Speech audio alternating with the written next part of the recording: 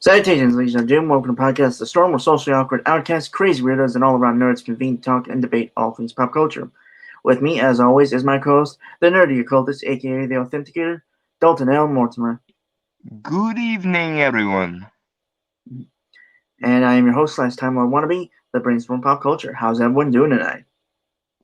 We are late, apparently. I do want to apologize for that, folks. I was not feeling great yesterday. I had some bad egg sandwiches. Ooh. Well, actually, advice I can offer is do not use burgers from a previous day. Put egg on them and then cheese, and call that an egg sandwich thing. Well, I personally will never have to worry about that because of my hatred for burgers. But that's man, that is the weirdest thing I know about you. But it just kind of made me feel not up for it last night. I was more worried I was going to puke on stream. So. Oh no, that would not have been good. Yeah, so, but nothing. For those wanting to know why we're doing this on a Monday instead of a Sunday like we usually do, it's because Brainstorm was sick. I was just not really feeling well. I feel better now. I got some rest and just took it easy for most of the day and stuff. So yeah, I feel a lot better. I'm ready to do this. So yeah, we got a few things to cover. I don't know if they'll be short or not, but yeah, we're covering some things. So let's start with the first one. Most of the stuff Dalton sent me. Mm-hmm. Yeah, because every time I try to find stuff, there's nothing on it. I have an innate stupidity detector. It goes ding when they're stupid. And my God, did it ever go ding this week? Also, I think the usual sites I go to never really have anything for us, like for our particular taste. That's stupid. Anyway, Screen Rant. An all new. Yeah, that's from ScreenRant.com. This is written by Liam McGuire. It's published March 15th, 2021. An all new gay Captain America is coming to Marvel Comics. Marvel Comics has just introduced a brand new hero to wield Captain America's shield, a gay teen from the railways named Aaron Fisher.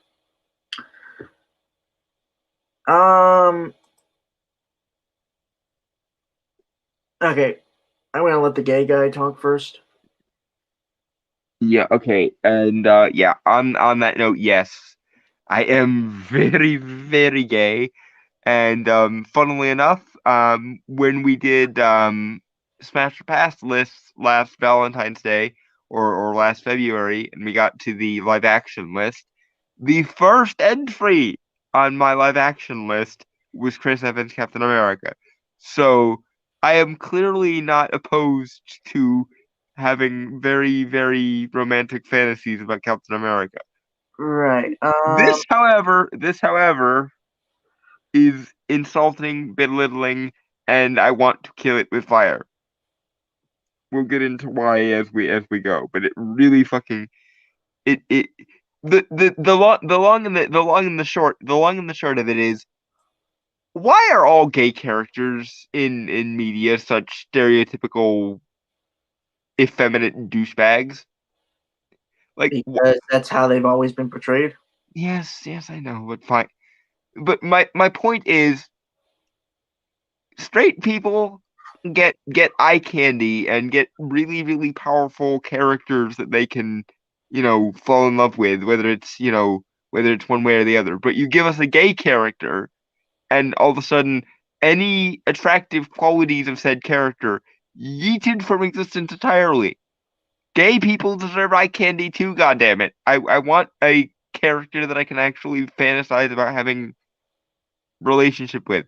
Case in point, Hulkling is literally the superhero equivalent of the cute, attractive jock from high school, and that's what makes him adorable. The fact that he also is with the superhero equivalent of a nerd that helps things considerably, but never mind.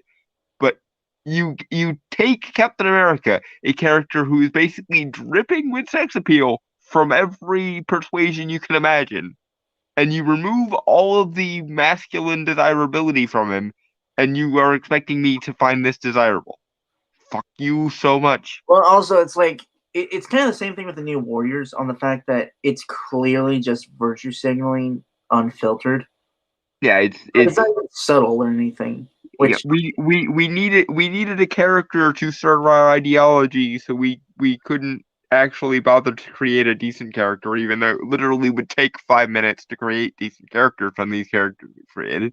Which, if you want confirmation of that, folks, go and watch my and Brainstormer's response to the New Warriors video. We that's literally take like 5 minutes each character and vastly improve the actual character quality of those characters. It didn't take much. there are a lot of redesigns they've done for that from Yeah, various artists and stuff on YouTube, and they're really good.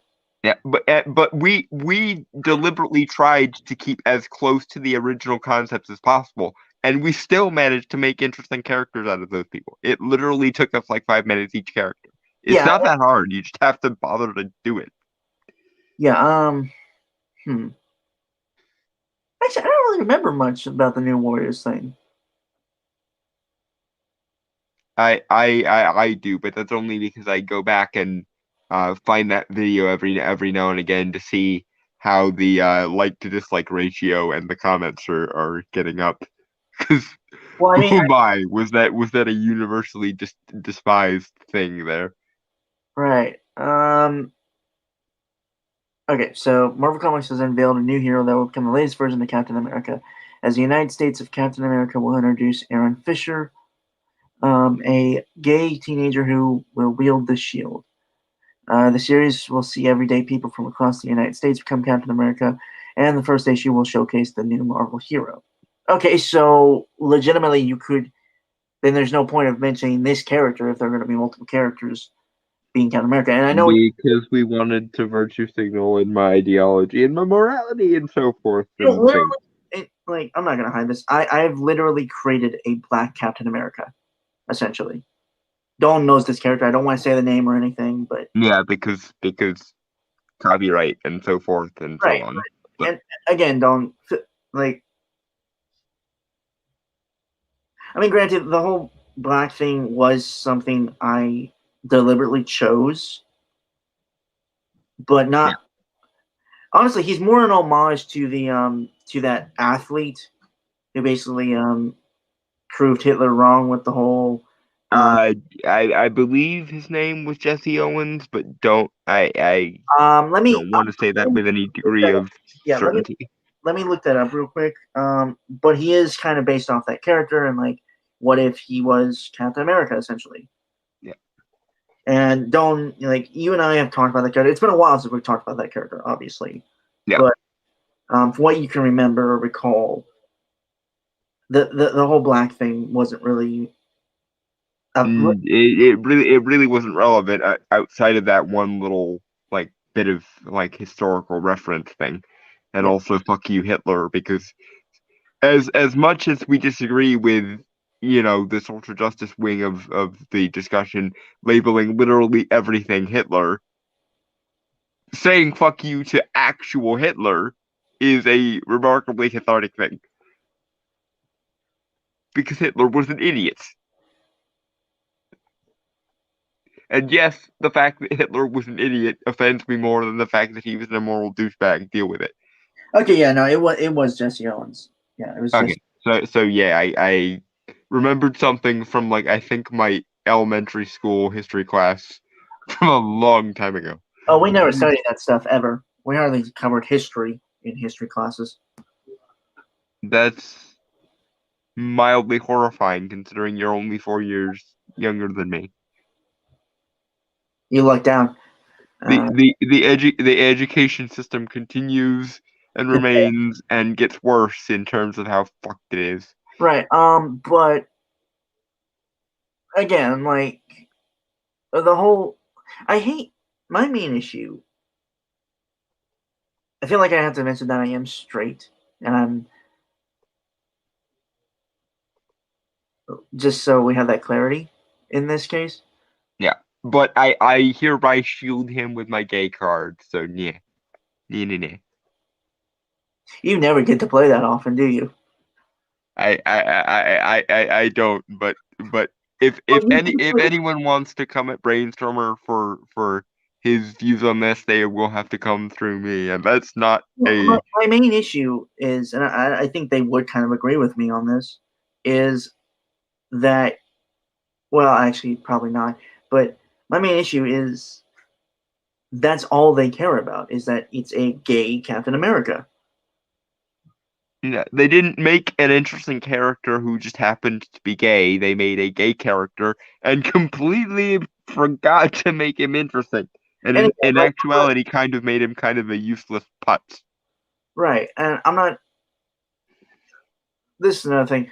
I'm not trying to like wax my own ego because, and don't contest this. I really don't have one. Like I probably should have one, but I don't. I literally have to talk him up to himself most of the time when we talk about this shit. Right, but and again, don't please feel free to confirm or deny this, but I've talked to you about multiple characters I've written that are gay, Yeah. and that never seems to be like the major thing. I mean, like sometimes it can be, but most of the time it's not He, the. he writes them as though they are fully rounded three-dimensional people with wants and desires outside of gayness. Yeah. Um. Yeah. Anyway. And side note, there's at least one of his gay characters that I actually would want to bang. So there's that.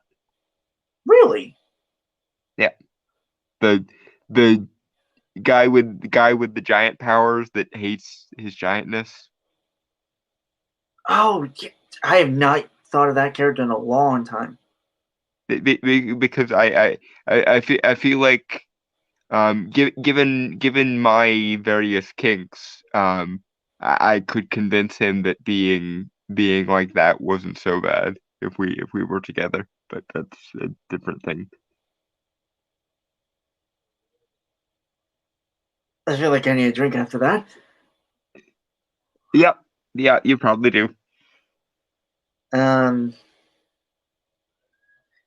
But yeah, no, it's just like, it, and like I feel like I realize we've said this stuff kind of stuff many times before, but the the whole thing with like just boiling it down to like a checkbox with these characters is very counterproductive in terms of progressive ness. Yeah, and again, speaking as the gay guy in this case, also the disabled guy and the religious minority guy, if anyone's interested, but never mind. Um, but yeah, speaking as the gay guy on this here stream, it really pisses me off that for as many gay characters as there are in various media in this day and age, there is very rarely, if ever, one that I actually like, or would find desirable, or would find even tolerable if they existed in real life. And that fucking annoys me because there are so many characters who I literally have to headcanon as bisexual that are straight because I find them more desirable than the characters that I'm supposed to find desirable. And and again, why is it the only way you know how to make a gay character is by making them like so flamboyantly effeminate that even I can't Oh, empathize with them? And right. I'm a bottom, by the way, if anyone's curious. No one was, but Yeah, okay. well, I'm sure for the social justice warrior types that would watch this, that would be of relevance. But point being, speaking as a gay guy and a bottom, in order for gay relationships to work, for the most part, you need one party in the relationship to be the more masculine one, and you need one party in the relationship to be the more feminine one, which completely fucks over those of us that are bottoms and also on the masculine side, because if the only people that we have to associate with are so flamboyant they make Big Gay Al from South Park look straight, with what does that leave us? Where is for lack of a better phrasing, where have all the good men gone, and where are all the gods? Where's the streetwise Hercules to fight the rising? I would sing the entirety of "I Need a Hero" if we had time, but we don't have time. But yeah, where is the big strong aw shucks mom baseball apple pie character for those of us that are gay and want to be swept off our feet? Where is that character? I want that character. But here you take somebody who is very much that archetype, Captain America, and you make him look so effeminate that I think I could beat the shit out of it. And that's coming from somebody who's 5'6", weak, and physically disabled. You stupid fucks. Moving on. Sorry, side rant over, but goddamn, that annoys me. I'm back. Ah, you missed it. You missed one hell of a Oh no, a rant. I could hear you. I was literally a room away. Ah, okay. All right. United States of Captain America is written by Christopher Cantwell with art from Dale Eaglesham or Eaglesham. Okay, and on the subject of art, why is his suit so fucking low effort? Is there a picture? Okay, yeah, there's a picture soon. Just we're gonna get there first. I was gonna talk about it when we got the picture. When we got to the picture. Okay, well, I further to the point, I hate this trend of superhero costumes that don't even look like costumes or even special in any way. Like when John Constantine's outfit looks more superheroic than your superhero, you fucked up because he's supposed to literally be the guy that doesn't give a fuck. Mm-hmm.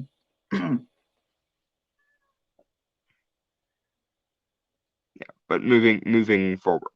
Yeah. What's up? Sorry, I'm eating Cheez-Its. Aha. Or Cheez-Its? No, it's Cheez-Its. Yeah, it's 2 E's, not 1 E. Okay. It looks weird, so just... Yeah. All right. In each issue, the pair will be joined by additional creative teams who will help introduce new characters in the Captain America role from across the United States. The series will see Captain America's shield being stolen and him having to travel the country in order to find the culprit. Along the way, he'll encounter a group called the Captains, people who take up the iconic hero's role. The series will feature 4 of the most famous Captain Americas, including Steve Rogers, Bucky Barnes, Sam Wilson, and John Walker. I don't know that last one. Okay, I hate that Captain America is a mantle on the best of days, but this just sounds like it's gonna take that aspect that I hate about making Captain America a mantle and supercharge it.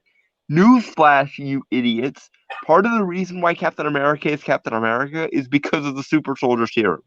To quote or paraphrase the movie, good becomes great, bad becomes worse. And that is why Captain America is Captain America, because you took somebody who at his heart was the all-American mom baseball apple pie, basically Superman written well, and you gave him a super soldier one-upsman thing. That's the difference between Captain America and the Red Skull. The Red Skull was a Nazi to begin with, so it turned him into the epitome of a Nazi. Cap was the sweetest, most adorable human being on the face of the earth at the time, so it turned him into the superhero equivalent of the sweetest, most adorable human being on the face of the planet.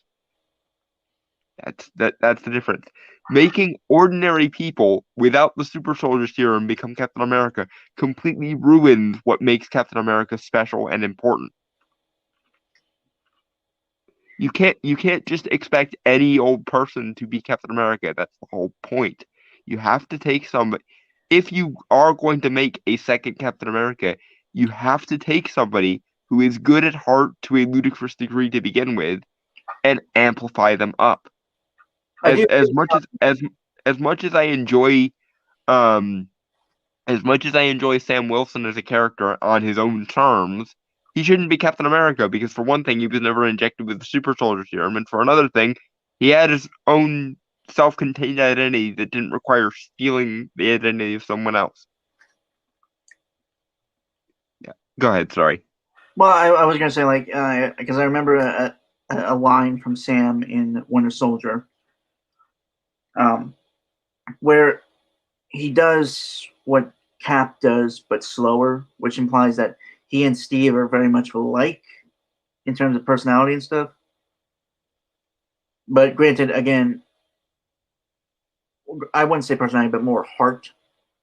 So I Mhm. think he could be Captain America, but I think I do agree. Like he works better as Falcon because that's his own thing. I think he Yeah. carry on like the legacy of Cap via through his actions and stuff. Yeah.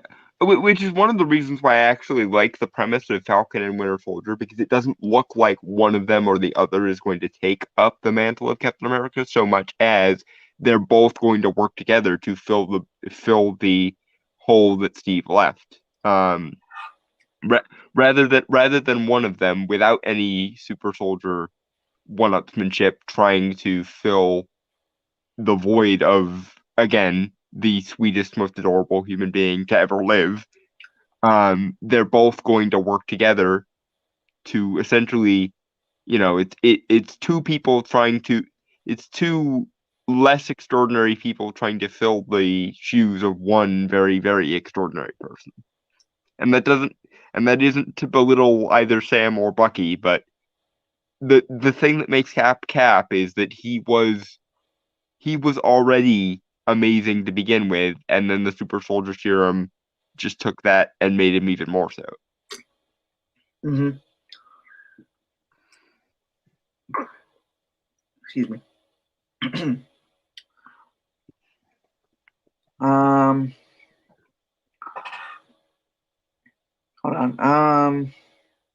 On Monday, Marvel Comics revealed more details about the United States of Captain America. Number one, the issue will be co-written by Cantwell and Josh Giglio, with art from Eaglesman and Jan Belzuda. Okay, if we still have to get more information about this new series, number one, why was this the first piece of news that came out? Why was this the thing that was focused on? Why wasn't it anything about the actual like quality of the writing? Because it gets attention. And because morality, yes, I know. I'm just saying that in a sane world, the thing that people would care about in an industry where they have to cover this kind of news would be things like storytelling, writing, the legacy of the people who are in charge of it, and so on and so forth. Like what did these people do to justify them getting this series? That's a very good question that never seems to get asked, let alone get answered anymore. Used to be, in order to get your own series, you had to go above and beyond and prove yourself. Now, they don't even focus on the writer or the artist. They just sort of also ran them. Like gay Captain America, and also here's this writer and this artist who you don't know. Yeah.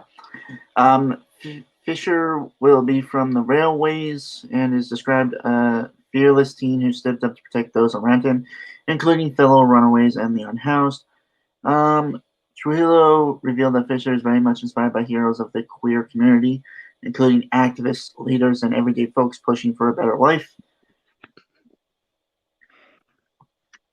Okay. Thing one, as a gay person, I do not consider activists to be heroes. You can fuck so far off that they wouldn't even be able to see you in the horizon with that shit. Secondly, because this guy appears to be from, you know, the wrong side of the tracks in the inner city, I'm going to toss it over to Brainstormer, considering he actually can speak with some authority on the notion of being in a downtrodden inner city locale. So Brainstormer, how does it make you feel that they're aping your backstory for this bullshit? If they made it a good story, I wouldn't care. I still don't care, but more on the reason that this just makes me sad. Uh-huh. And instead of actually making his backstory something that you related to on human terms, you had to go and stick politics and ideology right smack in the middle of it, You know didn't what's you, weird? Marvel? The character that is basically Captain America, right? Mm-hmm. That I created. Yep. That character originally started out as like a character I wanted to pitch to Marvel, Yep. like name and all. The idea. Sorry, hold on. Um, the idea was originally that he was a guy inspired by the Avengers, specifically Captain America, and basically dressed up as like basically like an urban vigilante underground Captain America. So sort of like what the fuck is his name? Is it Isaiah Bradley? That's the Black Captain America? I think so, yeah.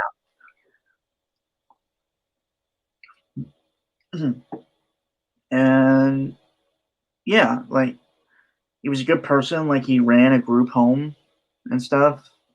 Like he was just trying to help people because again, like he was inspired by like Captain America and stuff. And We've said by the way, this is a version of the character that's less applicable now because we've added stuff and backstory and so forth. yeah, But like if you folks don't know me, that most of the time I like to reuse concepts for other things and stuff. hmm because usually the base concept is a good idea, it's just not in the right space. Honestly, I think I write stories and ideas that can work in any space if you work it hard enough. Yep. But yeah,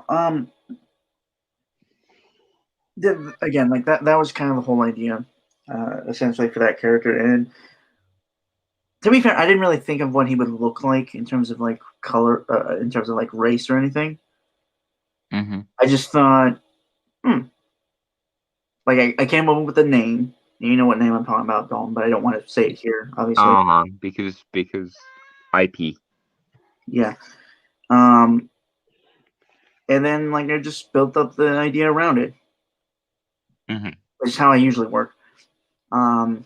And by the way, it's going to be such a great idea when all is said and done. And Spoiler alert, guys.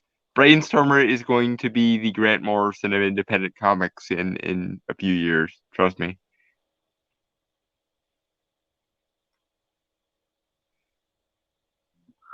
Always my knee jerk reaction to say I wouldn't really say that,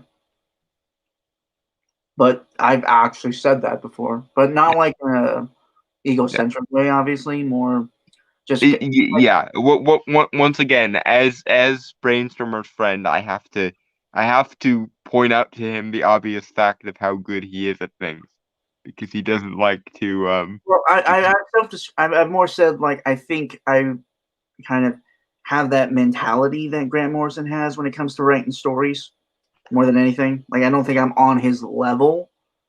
I'm not crazy. I'm not crazy enough to be like on Grant Morrison's level, honestly.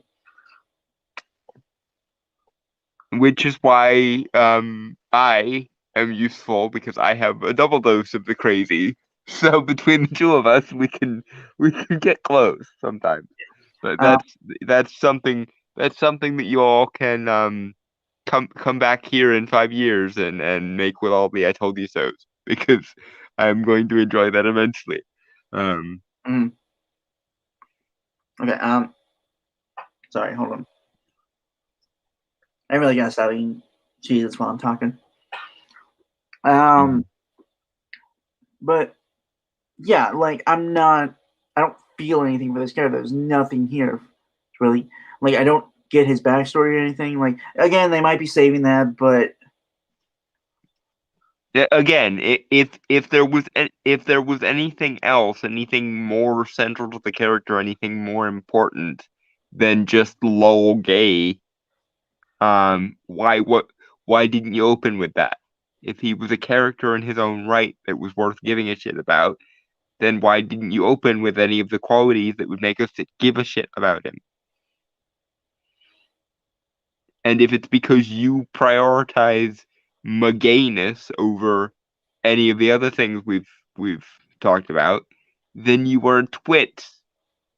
And quite frankly, as a gay person, I find you insulting and pandering and fuck you just on general principle. right.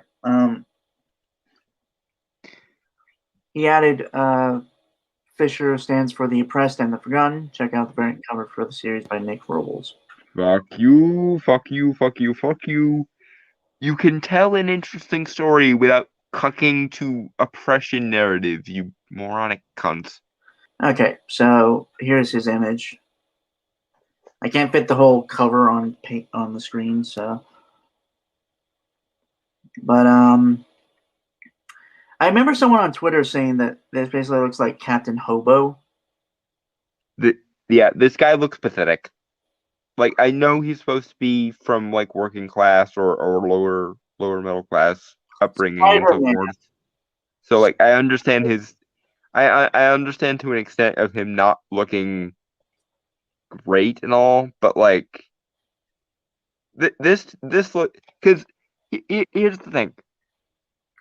You can make a lot using very little if you put in the time and effort. That's actually kind of one of the things that's amazing about rustic art or rustic fashion is if you take the time like as complicated as my outfits might look, they're really not all that expensive. It's just a standard button up bow tie, which usually runs about $10 at like Burlington Coat Factory or Walmart or somewhere. And then the most expensive thing I wear generally is my top hat, which was like um $40 I think, but I only own two of those. Um but yeah, if you want to look good on a budget, it is possible to look good on a freaking budget. Brainstormer also has a very unique and very interesting sense of style unto himself, and he's in kind of the same rough bracket as I am. I make out a little better because property values and things are generally a little bit cheaper because I live in the fucking middle of nowhere and he lives in the middle of the city, but that's neither here nor there. Um, but point is, if you actually give a shit about how you look, or you want to project the image of a little bit above your station, Just take time and effort, and it can happen. Bargain hunting is a thing. Thrift stores are a thing. Fucking um, Salvation Army is a thing. If you want to look good, even if you're poor, you can do so by just taking the time and effort and learning how to make shit look good, even if it's cheap. But this guy looks like he threw on a bandana one day and was like, "Well, I'm gonna go off and be Captain America now," which is to say nothing of how kind of frail he looks, and that's just kind of sad. Mm-hmm. And again, this is coming from somebody whose bones would probably break if you punched him once. Um, but I still am of the belief that I probably could kick this person's ass, and that's not a good sign in a superhero character.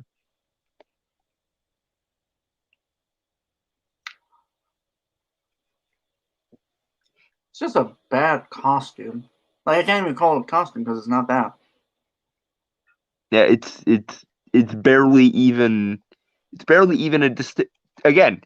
Constantine looks more superheroic than this person does, and you know he's not that much different than my personal style. I personally think that I even look a little bit more elaborate than Constantine does, but that's might be me being a little bit of an egotistical bastard. But then again, bow ties generally look better than straight ties, John.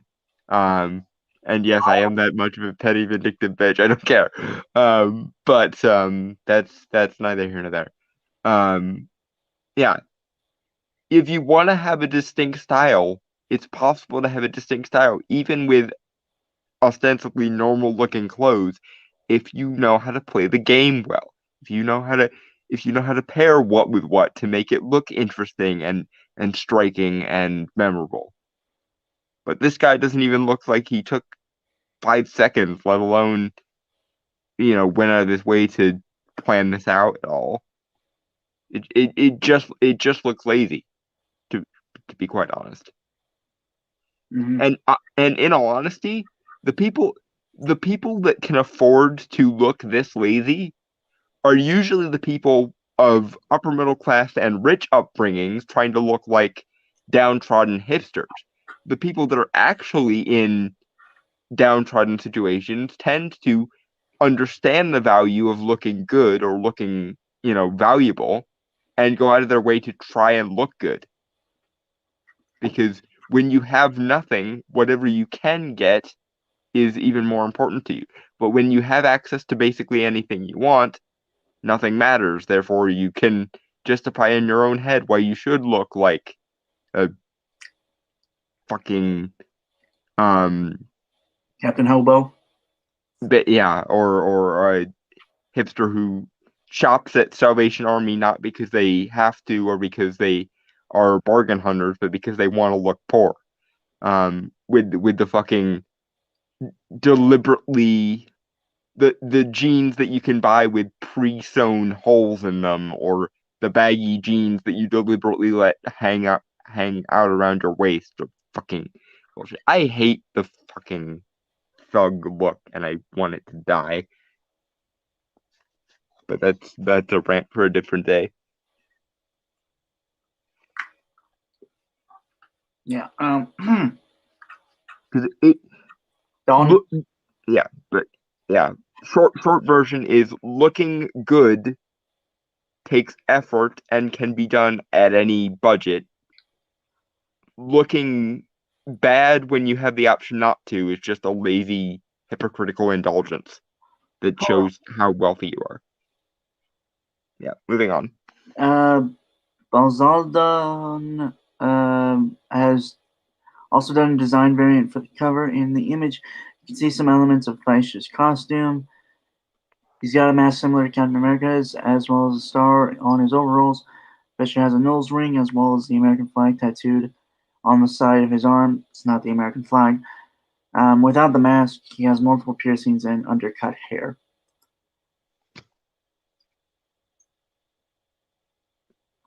Why the fuck are you making him look like someone who I want to punch in the face. Oh, okay, so he does have it on his I want to say right arm. Ironically, this art style looks a lot better, like the concept art for him, than the actual cover design. Which brings up the question of why did they make it look deliberately worse than the Godzilla? Because if they had a concept artist who could make it look this good, why didn't they just use that instead of fucking? That is some terrible fucking hair. Yeah, and again, it's not a class thing. It's a not giving a fuck thing, and in this case, not giving a fuck is actually more indulgent than if he actually gave a fuck. Yeah. And piercings are just Some like I think it depends on who has them because some people. and where they have them and how it's like tattoos. Some people can make tattoos look good. I personally prefer them not to be there, but that, some people can make them look good and can make it work for them. But somebody who has tattoos on every flat surface of skin they can get a needle through just deliberately looks bad. Hmm.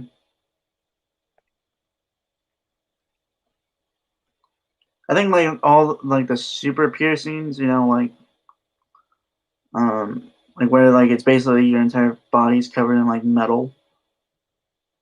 Yeah. It's fucking weird.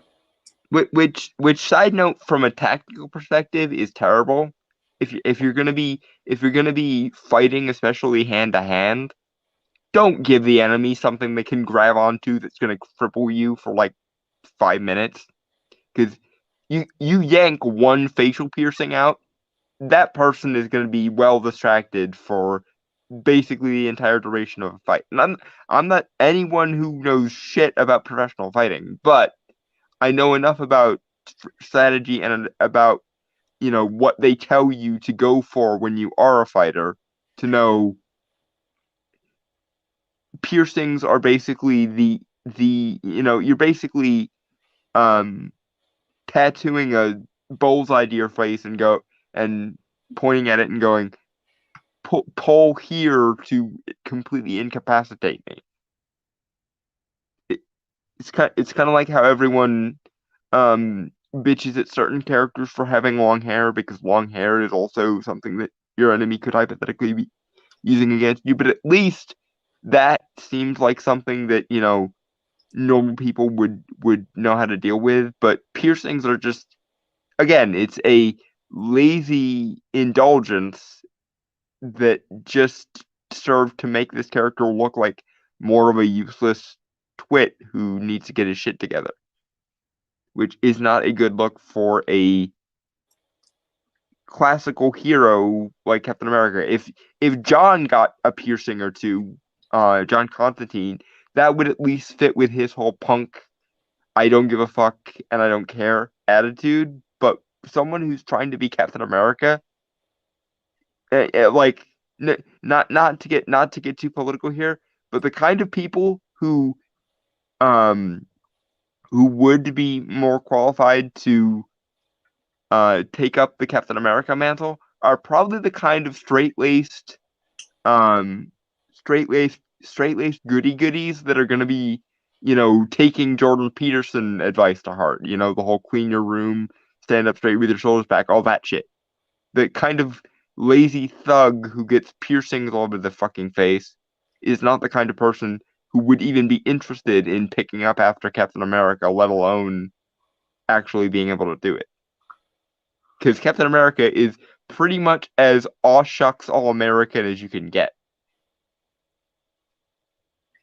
moving forward.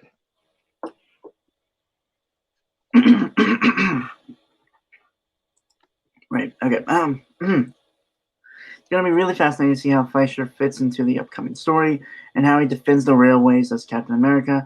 And it's also going to be a lot of fun to see Captain America interact with other heroes like Aaron, who themselves are their own versions of the heroes in their own communities. It would be really great to see Fleischer in the role beyond a singular story, but whether he appears again depends on how people react to his first appearance. Yeah, I don't This well. does not bode well. I already kind of low-key hate this character, and you haven't even I haven't even seen him in the thing yet. But you've been such an anti-hype person for this character that I already kind of low-key hate him. Also, instead of making a bunch of different Captain Americas with that each have their own subpar backstories, why didn't you put that much effort into just designing one new iteration of Captain America? That would have been maybe more sensible if you just pulled all the effort into designing one decent successor to Captain America that people actually might like. But what the fuck do I know, I guess.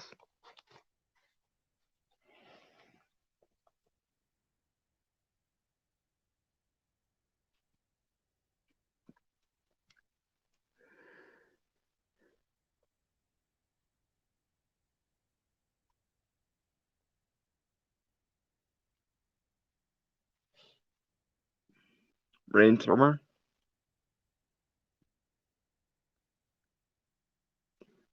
Alright. Where have all the good men gone, and where are all the ghosts? Where's the I'm right back. streetlight? Okay. Really? I need a hero? Yes. Yeah.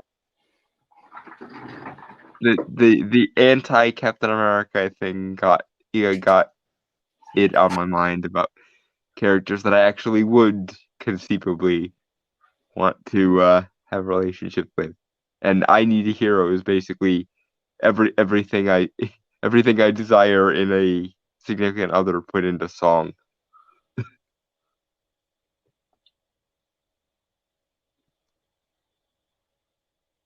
You are such a drama queen. Goddamn right. Emphasis on Queen. But I'm ching. And yes, I just made a gay joke and a pun at the same time. Sue me. I'm impressed, actually. More than I am annoyed. Make no mistake, I'm annoyed, but I know. okay. Yeah, I'm mostly just waiting for the damn thing to load. It's still loading. I think we can. I think we can get through it. Okay, hold on. Okay, so this is one sec. Okay, so this is from the wrap.com. It's written by Phil Owen, published March 18th, 2021. This was updated on March 22nd, 2021. Zack Snyder rips YouTube channel Geeks and Gamers on Just League live stream.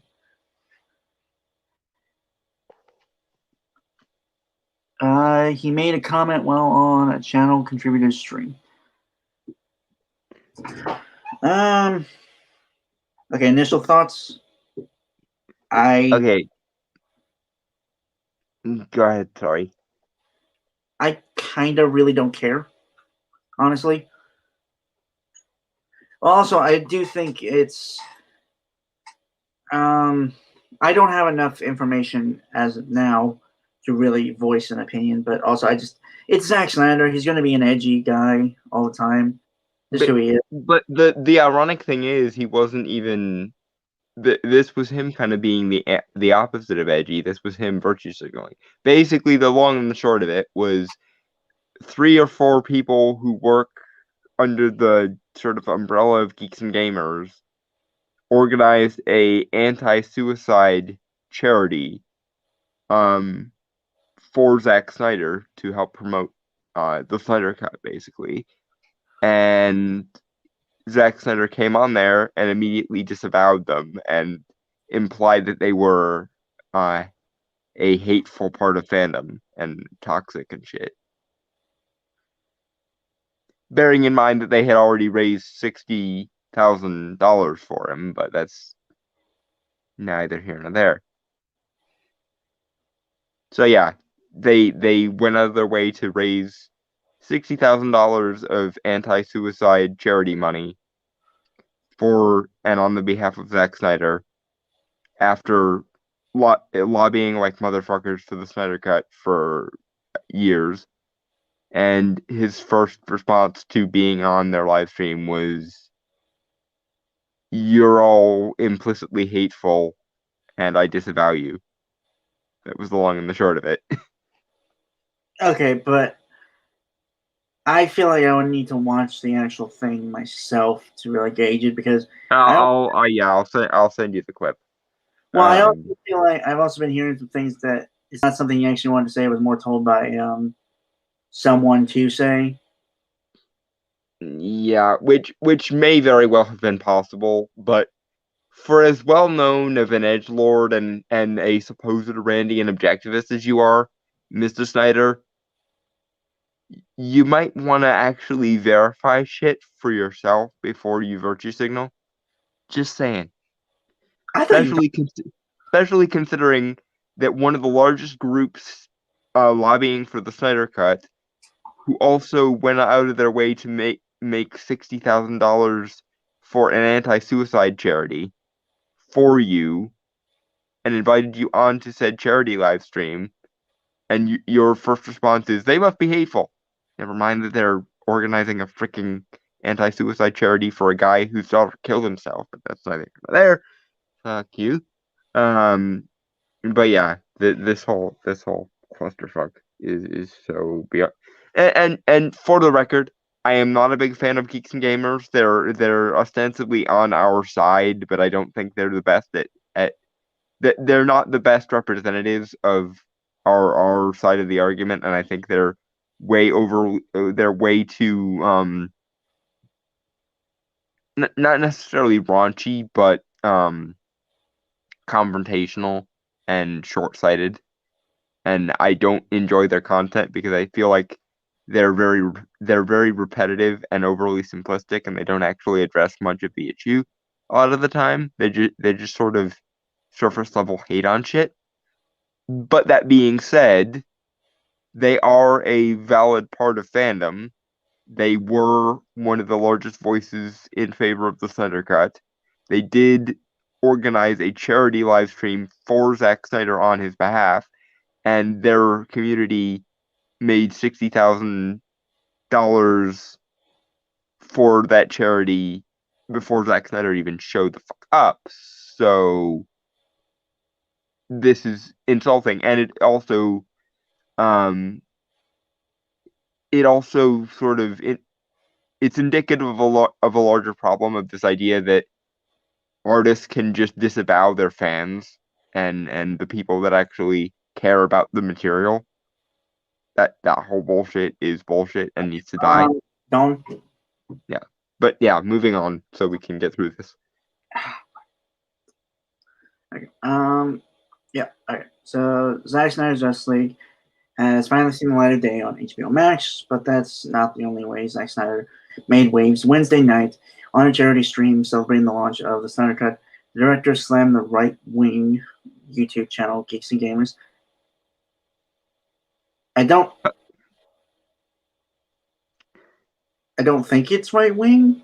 I think it's fair to call Geeks and Gamers right wing. I wouldn't if he Okay. had said that about all anti-SJW content, I would be disagreeing strenuously because very left wing, but very much anti-SJW Right. is Okay. myself, I and don't. Brainstormer is a centrist and so on.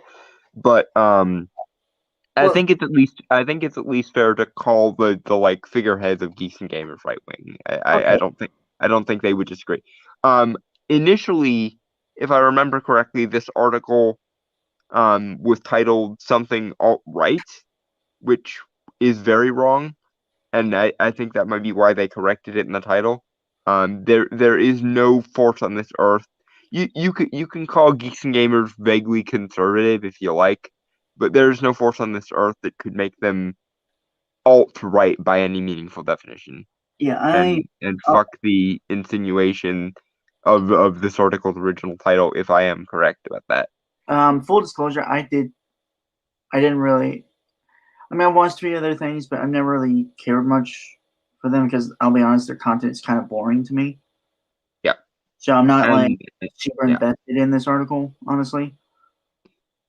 and again, I'm mostly invested in the sense that they are broadly speaking on our side, broadly speaking, and also it's indicative of the whole we don't want the fans we have, we want better fans bullshit that Hollywood and art in general keeps spewing. Ain't nothing better than us, bitches. Yeah.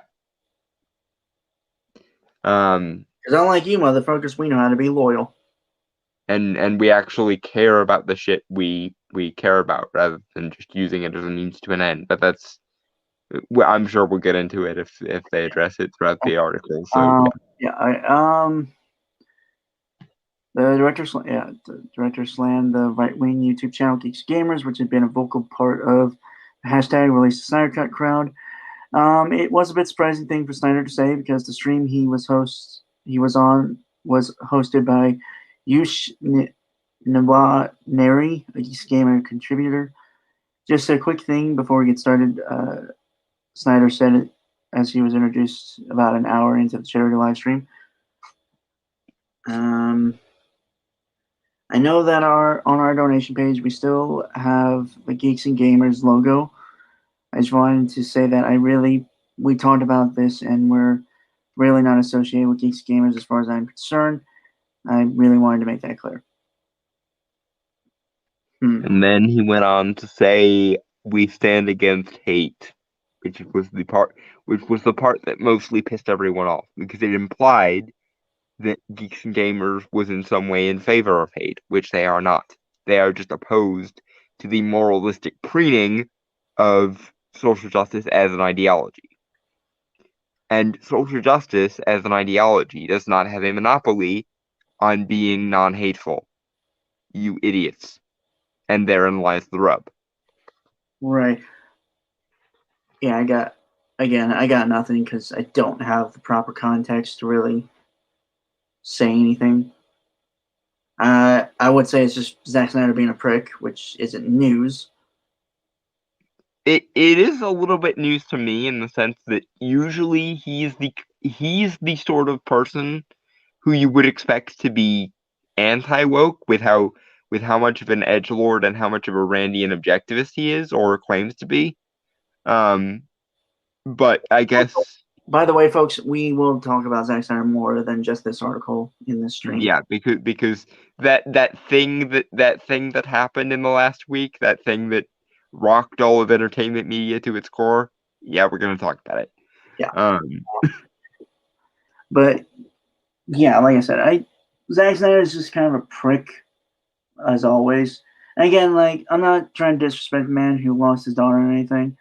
Um, Something I can kind of relate to. But yeah, no, like he's a prick. Like you can't deny that. I state that more as just a fact than out of spite. yeah, honestly, and again, the thing that baffles me here is he's being a prick here in exactly the opposite way than he usually is a prick. Like the whole Superman needs to kill to find a reason not to kill anymore. I have so many things to say about that. Bullshit reasoning was bullshit and stupid, but it was at least vaguely in line with his stated edgelord position of being a Randian objectivist.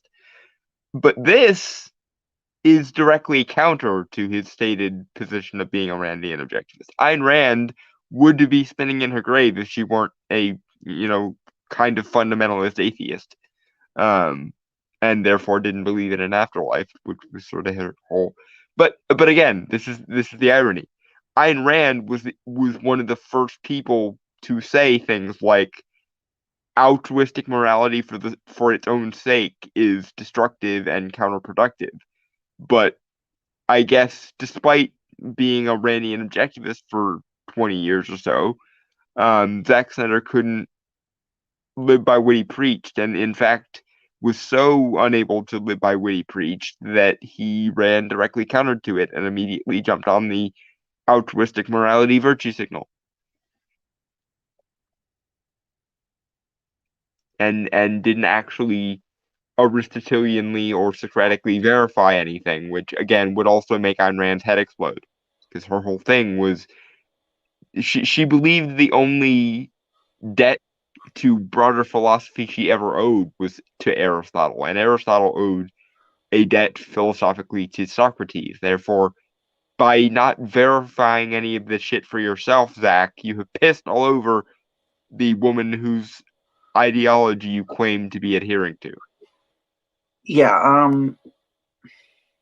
Again, I got nothing. My basic answer is Zack Snyder's being a prick. No news here.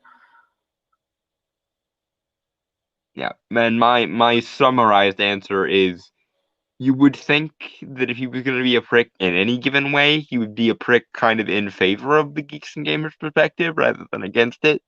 But the Hollywood moral zeitgeist is a hell of a thing, I guess. Right. Also, congratulations on the whole uh, charity fundraiser for the. I believe it was. Uh,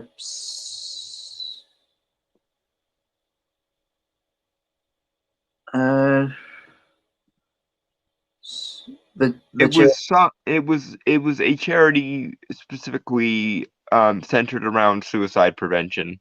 Right. I wanted to say that, but I wasn't sure if that was the words they were using or the terms. I don't know any broader details than that. But also while we're on that subject, hey Zach, despite whatever anyone else might tell you, do you not think that maybe the fact that they're giving $60,000 plus to a suicide prevention hotline or charity on your behalf might imply that they're not as hateful as everyone thinks?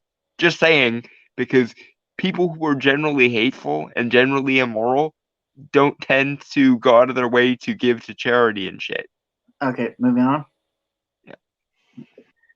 For those not familiar with Geeks and Game, no, I haven't met that yet. For those not familiar with Geeks and Gamers, it's the sort of YouTube channel that posts videos with Fox News as toxic right-wing nerd titles like Lucasfilm keeps disrespecting Gina Carano and Star Wars fans. No, that's actually true. I mean, come on. Again, all that sentence was a poisoning of the well. It was a we can't actually address their arguments or any of their reasoning, so we'll just claim they're invalid really, really hard, and that will be enough, I guess. Sometimes I really wish we could just like find an article that's just it's not biased towards any side and just tells it as it is. Tells the facts. Yeah, but then we wouldn't have a show because no such articles like that exist, unfortunately. That's sort of what we're here for. Fair enough, but We're here to sort through all the bullshit and actually come out with some kind of reasonable. um, High Republic doesn't like white people. This is Kathleen. Yeah, it's one whole thing. This is Kathleen Kennedy's Lucasfilm. I don't really care much about the High Republic because I've lost all faith in really Star Wars in the recent years. So, At least until Kathleen Kennedy loses her fucking job. oh yeah, no, definitely. Yeah, because what should happen is Jon Favreau and Dave Filoni should work together and sort of take the reins from Kathleen Kennedy. But Um, because she's a moral martyr and she like many of the modern day martyrs of social justice only can seem to fail upward, she's not going anywhere, unfortunately. yeah. And Counsel for the Wrong Opinions. Game journalists hate video games. Again, Yeah. these are all kind of true, though. Again, Yeah. I do think, Or at least sensationalist versions of a true thing. yeah. I mean, we covered Gina Carano already, and Yeah. so I don't really want to get into that because again, we've covered that. So. But beyond the standards of like normal internet clickbait, which media like the Rap itself do, by the way, um, either clickbait is bad when everyone does it, or it can be excused when everyone does it. That's the big crux of this. If you wanna bitch at geeks and gamers for oversimplifying and um over exaggerating their titles for the sake of clickbait, then you're gonna have to look in a mirror. The rap.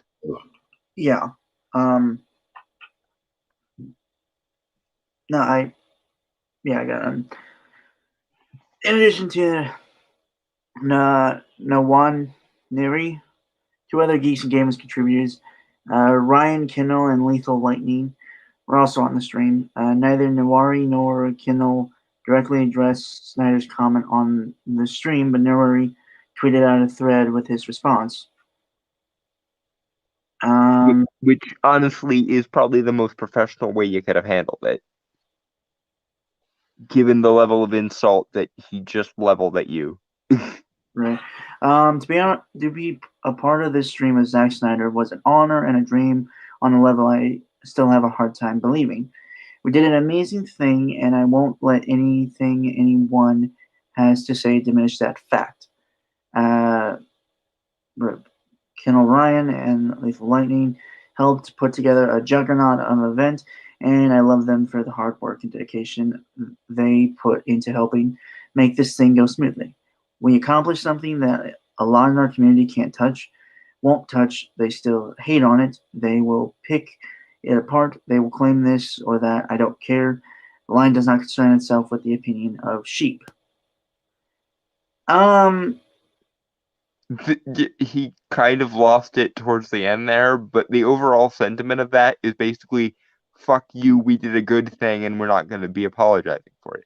Which, again, side note, Mr. Snyder, but these are the people that you define as hateful, the people um, that lobbied heavily for your artistic vision for several years and then went on to do a charity live stream for your pet cause because your daughter unfortunately passed because of it. These are these are the people you wanna whack with their hateful banner. Is it? Hmm.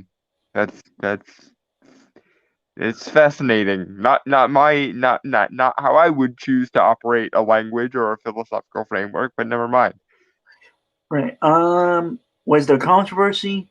Wouldn't be a effing stream with this community at Geeks Gamers com. I don't know community if there wasn't.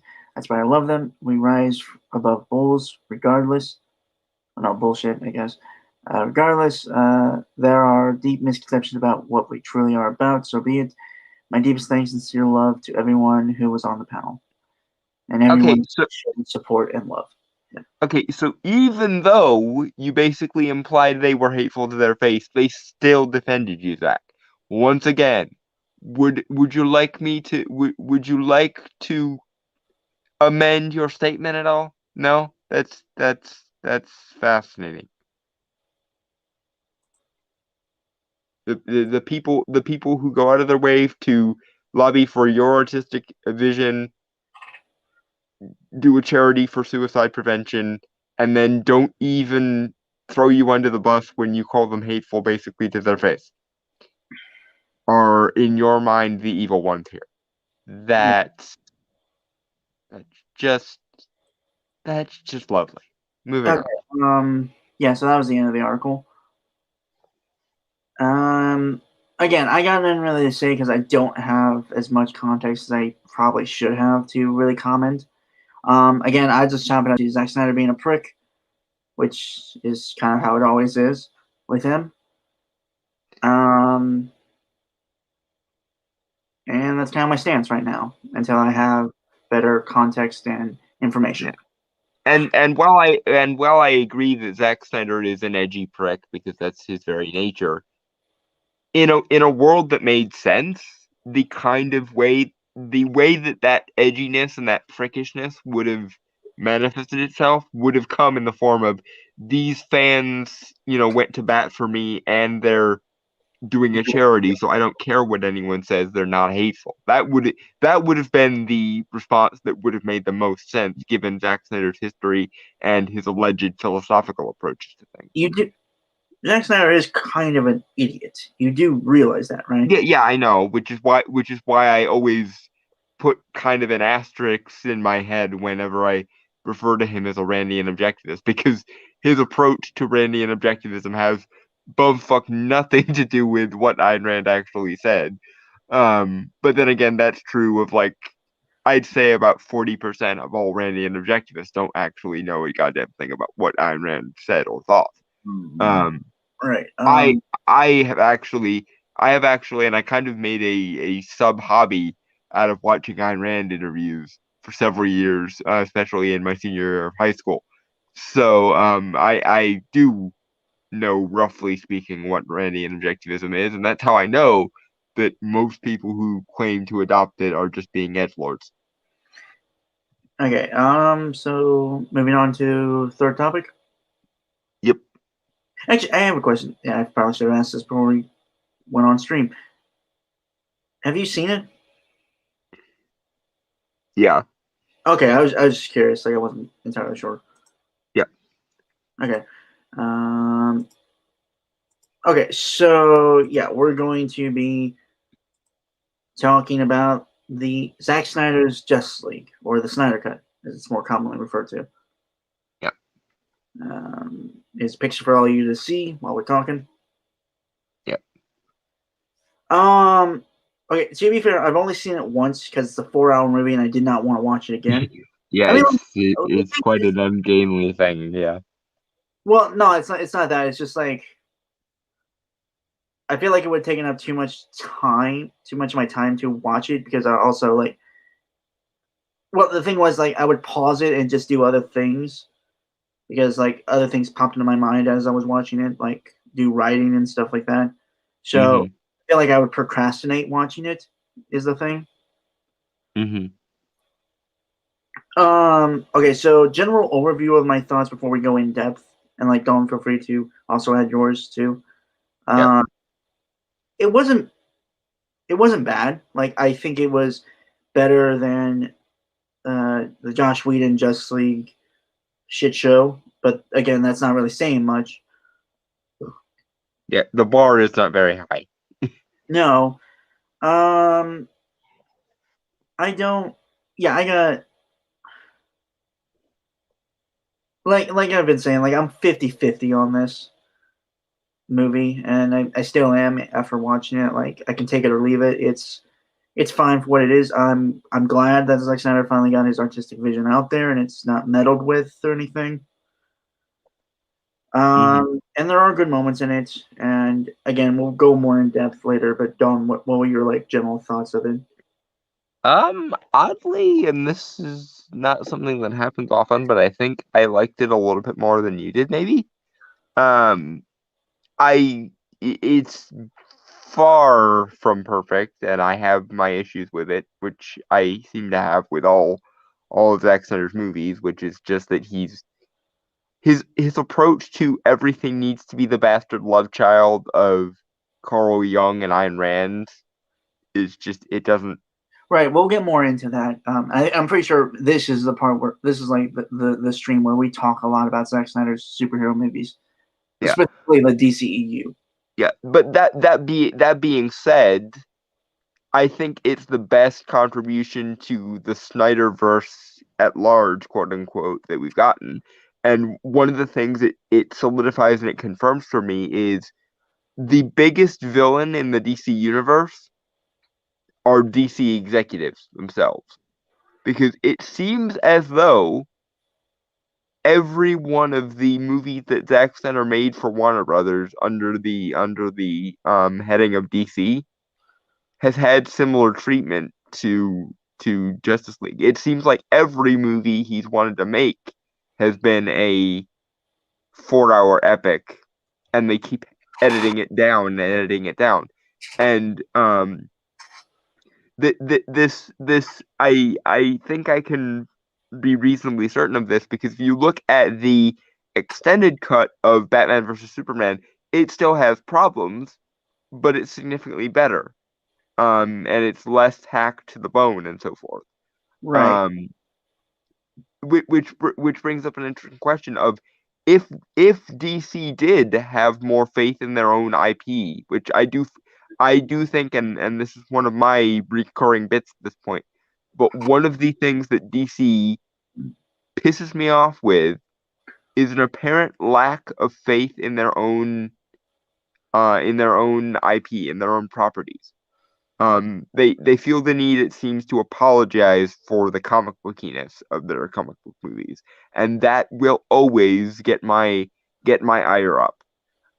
If they did have more faith in Zack Snyder, though, from the get-go, and let him make each and every movie that he made one of the big 4-hour epics, how much better off would the DCEU be? Because every major mistake of the DCEU appears to have been the result of Warner Brothers going, we can't go that far, pull it back, pull it back, pull it back, and cucking their own movies. Right. Um, May I interject for a moment? yeah, Um, yeah, like I said, like I don't dislike this movie. I think it's good, actually. Like I think it's kind of the best out of all of Zack Snyder's movies that he's done for DC. yeah. Um, With the exception possibly of Watchmen. yeah, yeah, I think, yeah. Um, Granted, I'm more, I'm more in terms of definition. I mean, more of like the DCU continuity than Warner Brothers in general. Mm-hmm. That's what I meant. Yeah. Um, yeah, I think out of all of them, it's the best because with the time that was given, which is like four or so hours, is Yeah. there's a lot more fleshing out of things, which I like. Because it does seem, and this does seem to be consistent with Zack Snyder's style, that he wanted each and every movie to be this level of epic. Mm-hmm. He wanted it to be this grand, basically epic poetry set to film.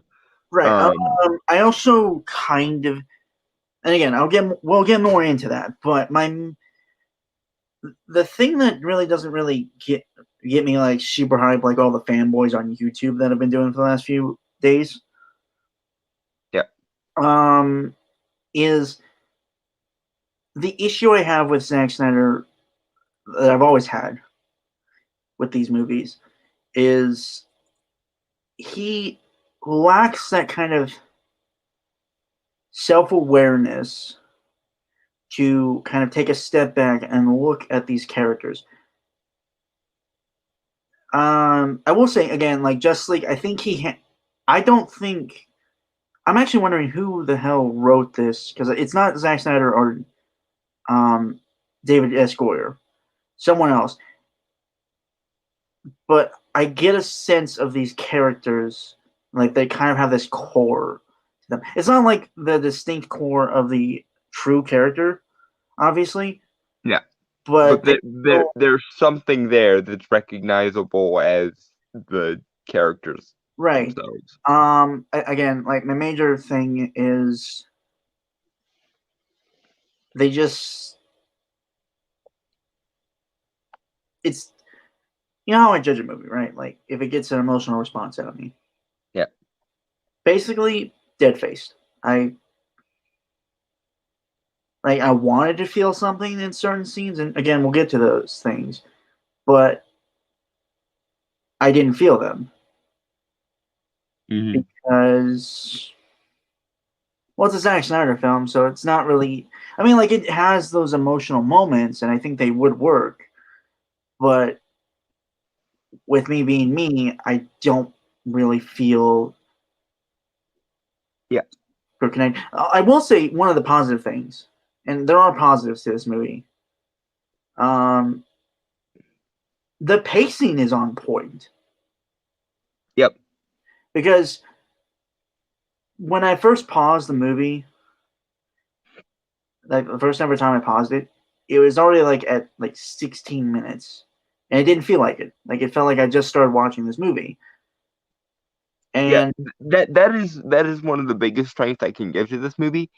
And maybe this is just me because I actually prefer movies that are a little bit longer. Like I personally think that 2 hours is a little bit too short for most movies. Especially a movie that I'm enjoying. But it this movie was 4 hours long, or 4 hours and 2 minutes runtime, and it did not feel it at all. Um, I think I mean, it felt long in terms of it's sort of like when I watch um one of the Peter Jackson Lord of the Rings movies. Even though those movies are ungainly long pieces of thing, they're not. They never feel that long because you go from one set piece to the next without feeling the drag really, or at least it did for me. So I kudos if for nothing else than for making a 4 hour movie feel more more refreshing than a 2 hour movie sometimes feels. right. Um,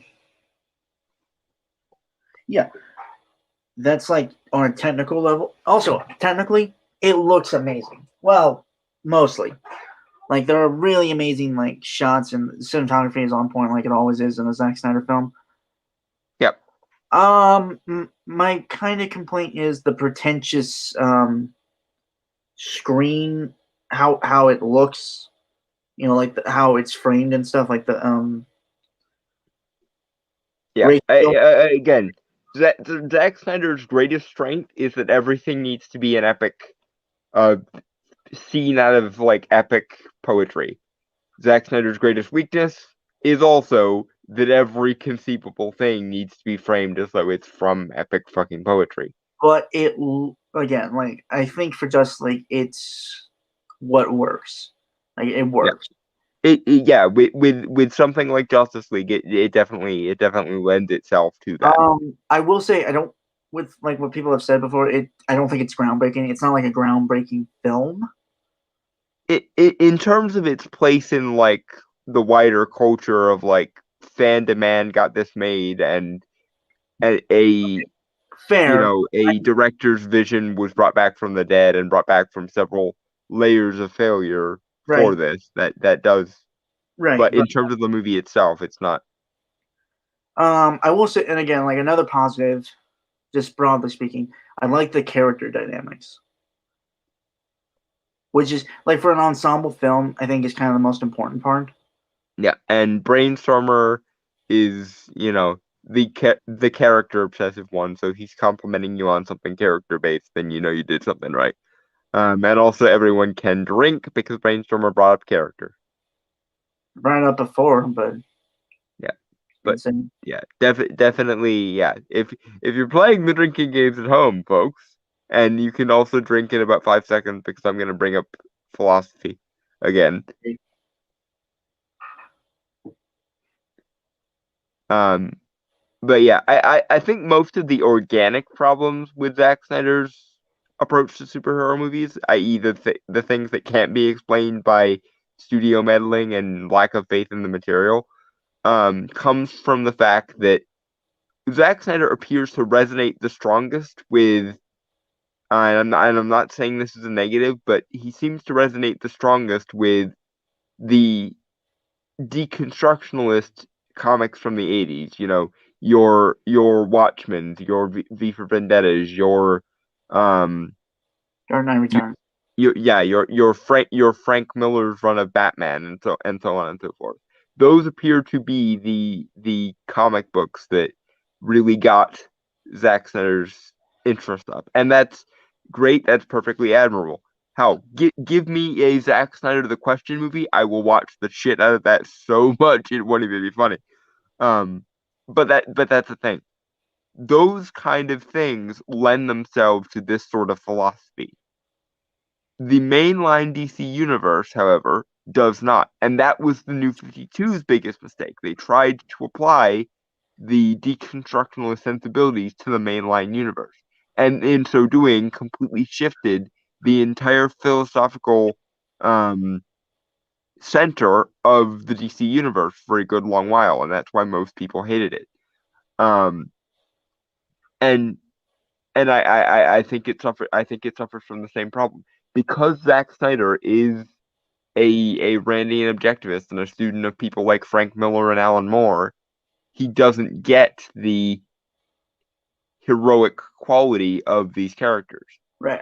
He You he remember? gets the heroic aesthetic of like ancient Greece and so forth, but he doesn't actually understand the philosophical context of those things. Right. So he reframes them in his randy and edgy bullshit. Right. You remember the whole interview thing he talked about? I think we covered it before, but We did because yeah, yeah. it needed to the idea that Superman somehow needed a self-interested, rationalistic reason to not kill rather than an idealistic and empathetic one. Yeah. Well, Um, I was also thinking about like to be fair, I think he would work best with Batman more than the I, entire DC universe. I wouldn't just limit him to Batman. I would say any character that kind of lends themselves to that sort of detached Randian approach to things. Like again, I will bring up the question. And the question works because the question was created by Steve Ditko when he was going through a Randian objectivist phase. And the question himself is very much in the vein of Randian objectivism. He's basically Randian objectivism the character. In fact, one of my favorite depictions of the question from the DC animated universe, basically every good thing about that interpretation of the character comes straight from an actual version of Randian objectivism that I think Ayn Rand herself would have approved of.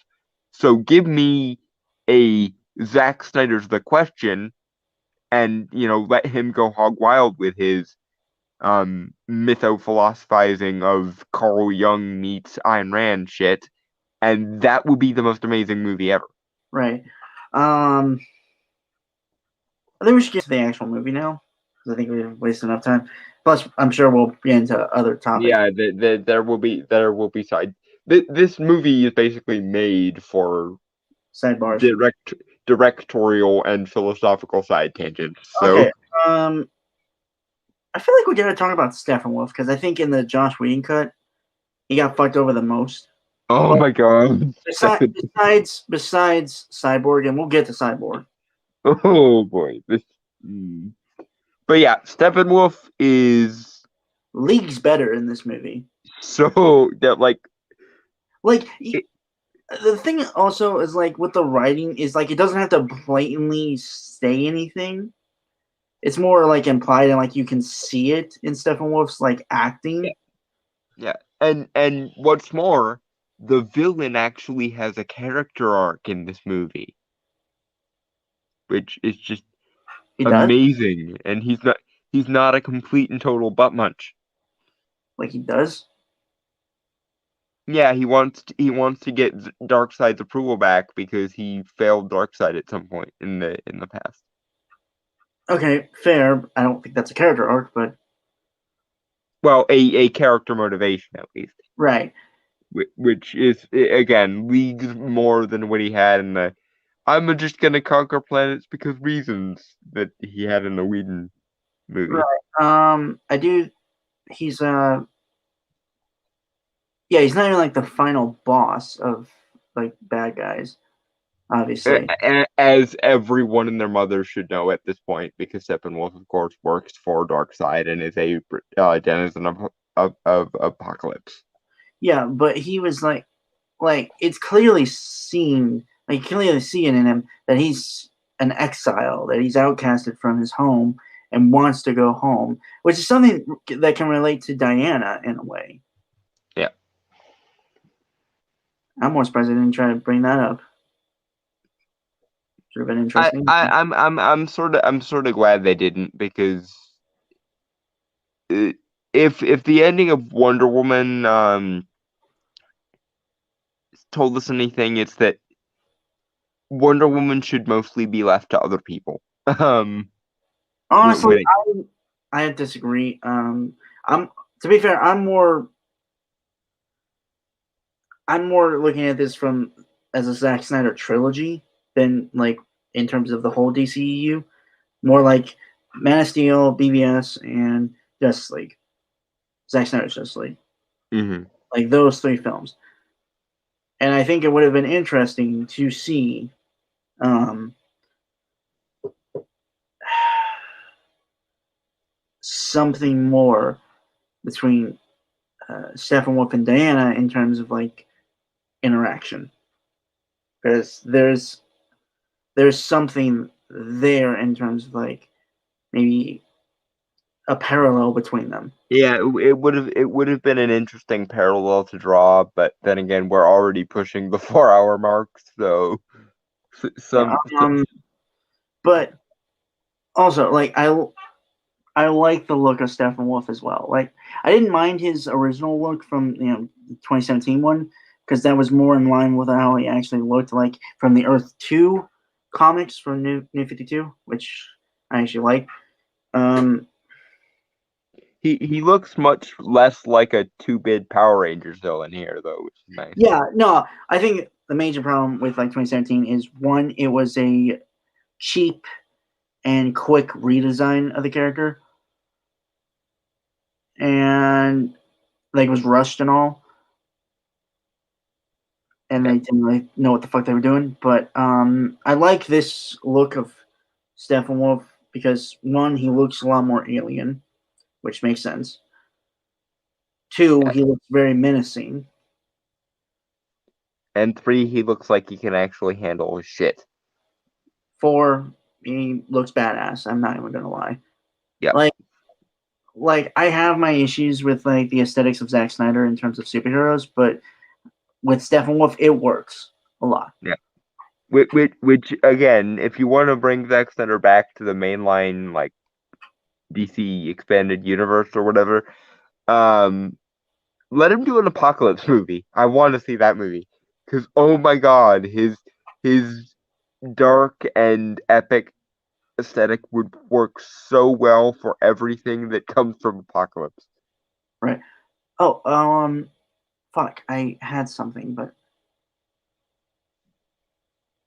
there is another negative I have, which is just it's a common gripe with me.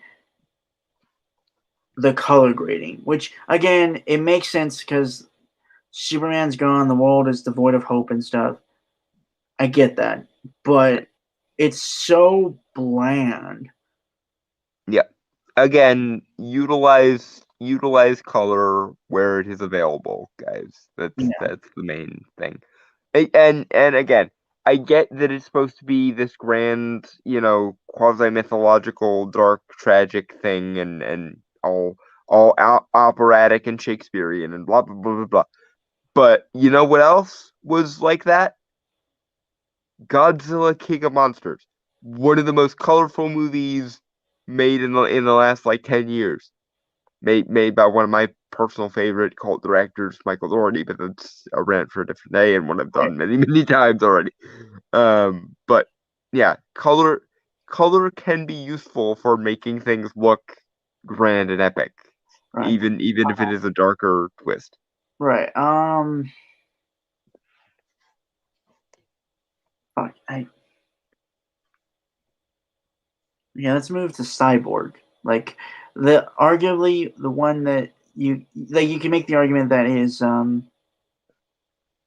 the protagonist or main character of Justice League. Which is a very strange state of affairs. I never thought I'd be saying that. Uh, Cyborg is arguably the main character of a Justice League movie. Oh boy. Well, if anything, I think he might be like the emotional core to the He, movie. he he's the one who grows the most out of this whole experience, definitely. Yeah, yeah, Both in terms of like actual character growth and in terms of power. yeah. Fuck, they Cyborg. completely fucked him over in in the original cut. Oh yeah. He probably gets off the best with the expanded runtime because they Yeah, actually were allowed to give him the arc that he always should have goddamn had. hmm it's so good too. Like his journey, like I could watch those scenes all on them on their own. Like make that a whole movie. Yeah. Like And if they ever do a Cyborg origin movie, just utilize this footage again, please. yeah, It's and good for everything. my favorite scene is like when he's in cyberspace, um, Hmm. where he sees like that kind of homeless single mother character, and basically gives her like $10,000 to help her get her on her feet after like life's kind of had hit her hard and stuff. Yeah, she's well on her way to her one bad day, as the Joker would say, and Cyborg, Cyborg fixes it. dude, that like if I wasn't like on the fence with Justice League, I'm sure like if I'd seen that in theaters when they had actually kept this movie and put it in theaters, legitimately I would have had an emotional response. I would have started to tear up a Yeah. bit. Man. And imagine how much more impactful this could have been if every Zack Snyder affiliated DC movie was allowed to have this much breathing room. If they didn't edit everything down and hack everything to pieces. My main issue with the biggest thing I always have with Zack Snyder movies is, and this is with BVS and like the Ultimate Edition as well, is a lot of times it's more plot focused story, which has never been interesting to me. Uh, Mm, I can understand that because you're the character. I don't mind a plot focused well, story the thing is, like, necessarily, but my major issue is when, and I don't mind plot centric stuff, but I hate it when it's plot over character and not plot with character.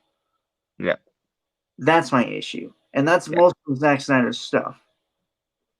yeah. Because he doesn't. Yeah, I can't believe I'm about to say this and give Zack Snyder either this insult or this compliment, depending on how he takes it. But he seems to be kind of like me in that he doesn't really care about the like deeper emotional stuff a lot of the time. Or if he does, it takes a lot and it's only in very specific circumstances. Um Okay, and so and you, again, that can either be a compliment or an insult depending on however you want to take it. If I say a person is like me, that might well be an insult or it might be a compliment. Who knows? well, I feel bad for both of you, but that's neither here nor there. Um, no, it's just like the thing is like with when you have moments like the death of Superman or um, in this movie, like when Superman returns and like he sees his mother and stuff, those are supposed to be very emotional, impactful moments, but I don't feel that because I don't have a this. It doesn't register me on an emotional level because I don't care about these characters.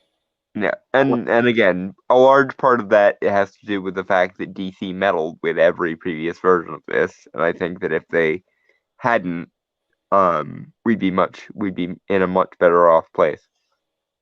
Meh. Because if they actually had enough faith in not only their own material but also Zack Snyder as their chosen, um, as their Kevin Feige, for lack of a better term, um, we might have had more opportunity to give a shit about these characters, and therefore would have the payoffs for their arcs and things Well, would have had more impact. also my biggest issue is like the DCU always kind of did always start off on shaky ground, on a shaky foundation with Man of Steel.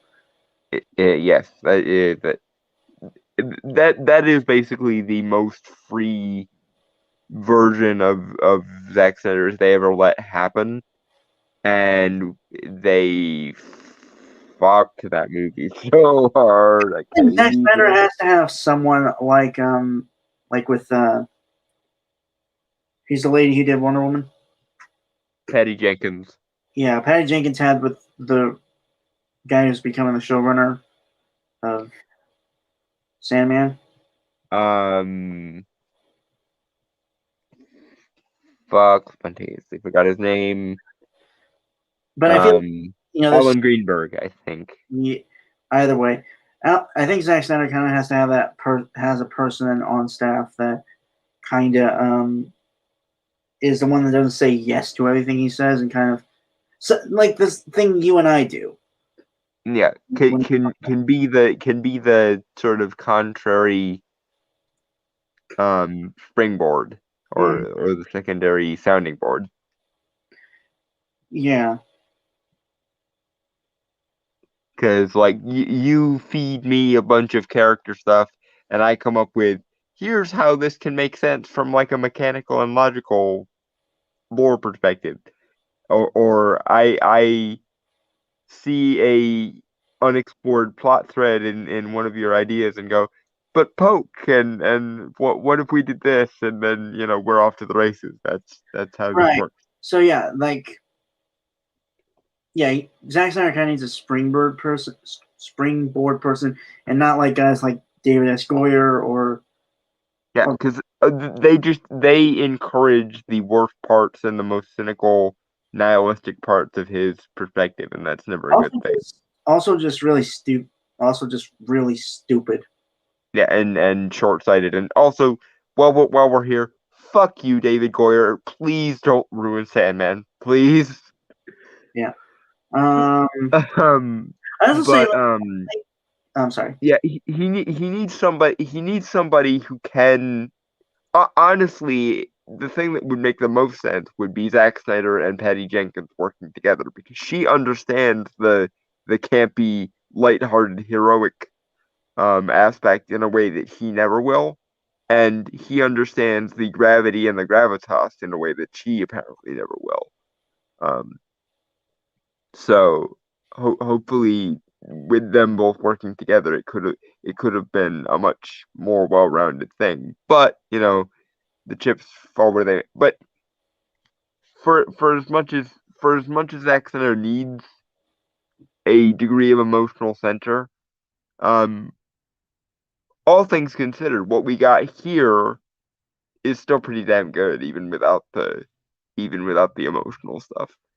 With the emotional stuff, it would have been amazing, and it would have brought everyone to tears, and we would be talking about it 10 years from now and how great it was. But with Zack Snyder's robotic tendencies, um, although I do wonder how much the emotional hit of his daughter committing suicide might have helped him here, and that is a dickish thing to say, I know, but people when people go through hardship, it gives them perspective sometimes.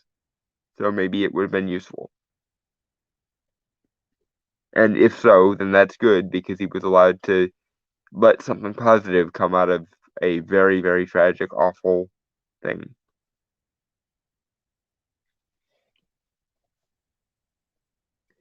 And I'm going to assume Brainstorm are left, so back to my rendition of I Need a Hero. Where have all the good men gone, and where are all the gods? Where's the streetwise Hercules to fight rising? Isn't there a white knight upon the fiery steed? Let it not dust and I turn, I dream of what. I'm back. Huzzah. Um,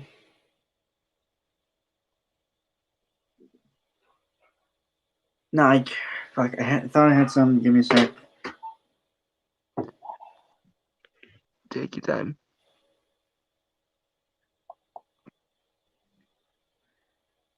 Let's talk about the Flash. Because again, I think he benefits from the added time. And also the cut down on Whedon's Reshoots. the the cut down of Whedon's trademark snarky humor. He's actually like he is still the comedic relief, but I think it's toned down enough that it's not like super. Yeah, he's less hyperactive here, and it makes him more endearing, I think. Yeah. Um. Yeah, just a really cool character, honestly, in this version. Um. Yeah. No. But there's not really much to say about Flash because he got probably the least amount added to him here. It Well, just it I'd it, argue, it, I'd it argue Aquaman too, but it just fixed most of the pre-existing problems, Yeah, or at least tried to. yeah. Um, what's funny is I think there were some scenes from from the reshoots done for Justice League, as it's usually called, Hmm. that could have benefited this cut. Um, but they're very small and kind of insignificant comparably. Hmm. Like just a little few scenes here and there. Um, I'd have to look through the original cut of Justice League just to be able to remember them. Yeah, the best way, in my opinion, to view this movie is to watch the theatrical cut and then to immediately watch this movie and compare them. Yeah, I'd Because that, really. hmm?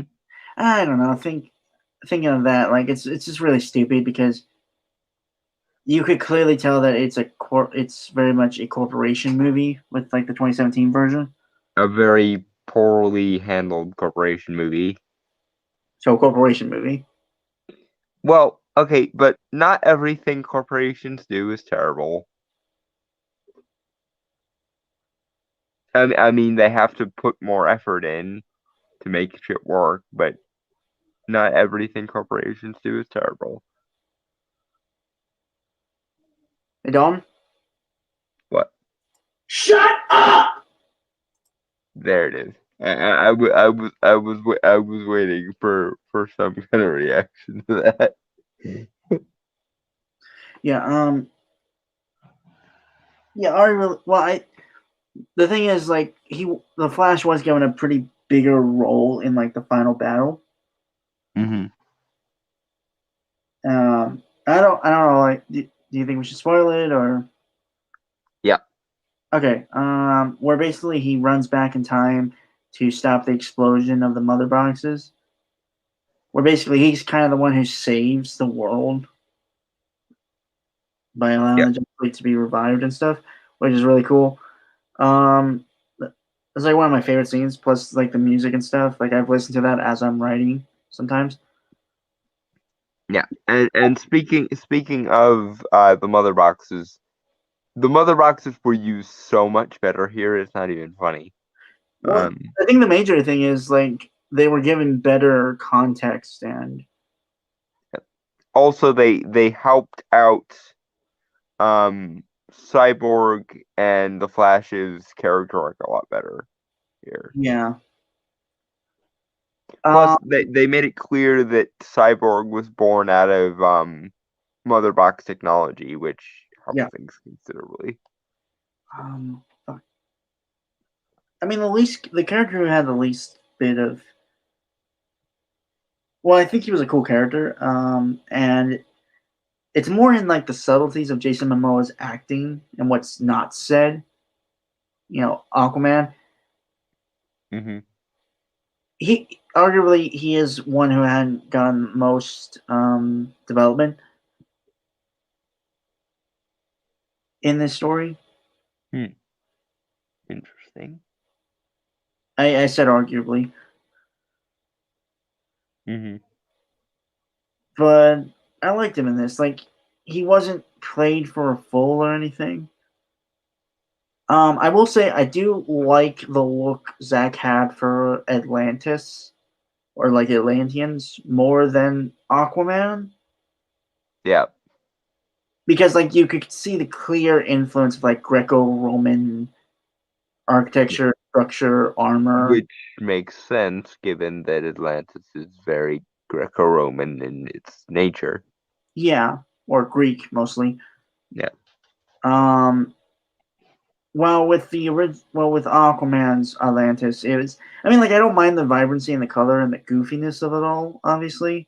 Yeah, because that really worked for Aquaman, and playing it as self-serious as this probably wouldn't have worked. I kind of wish they used a little more influence from. Uh, Yeah, it's one of those double-edged sword things again. It's like Pro for Zack Snyder, everything needs to be a Greco-Roman tableau or an epic or something out of an epic poem.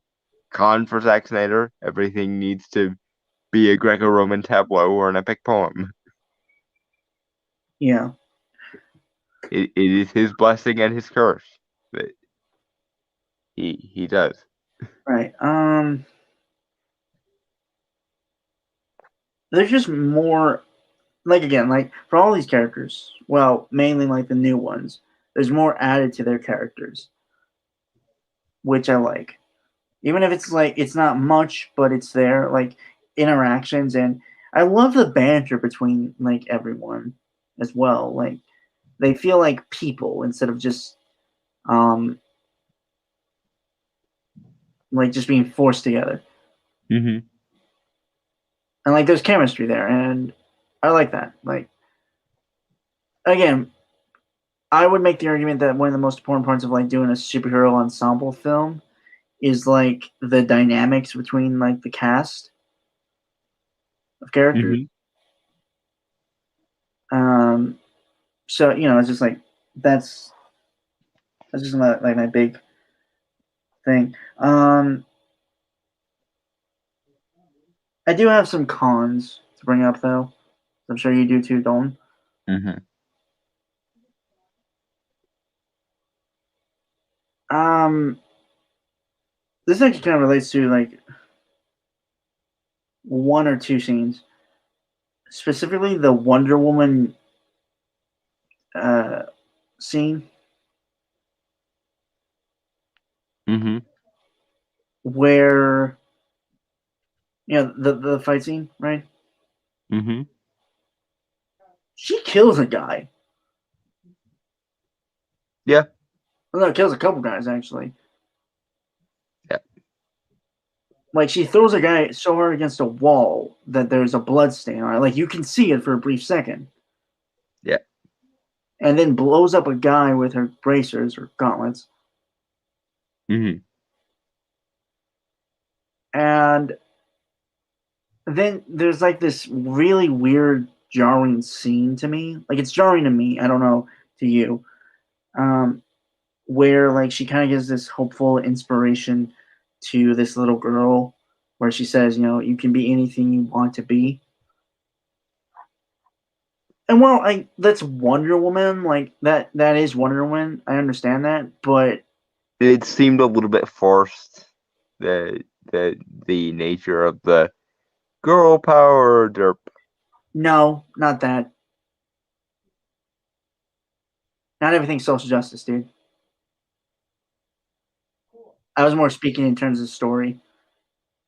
That it makes no sense after she's literally just killed people in front of these kids that she can be inspirational to them. Well, I mean, I think the point there was even in, you know, um, dark times, Diana still takes time to try and be inspirational. And I think if you asked Zack Snyder the justification for the violence wrought upon the people that she was fighting has to do with the fact that they were threatening children, and therefore in her mind that sort of writes them off. And I also I understand because Wonder Woman, I think out of the Trinity is one who is willing to kill Yeah, more. it's not like if Batman does it or if Superman, because I mean she was created within the lore of the DCEU to be a weapon to kill gods, so it does sort of make sense. She Right, would but I don't know. Like it's a jarring scene to me.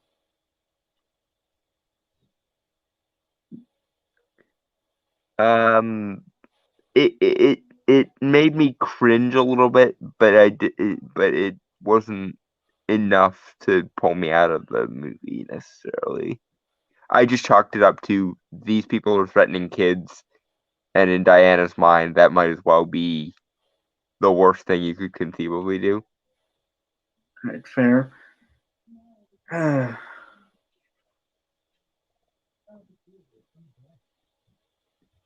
um,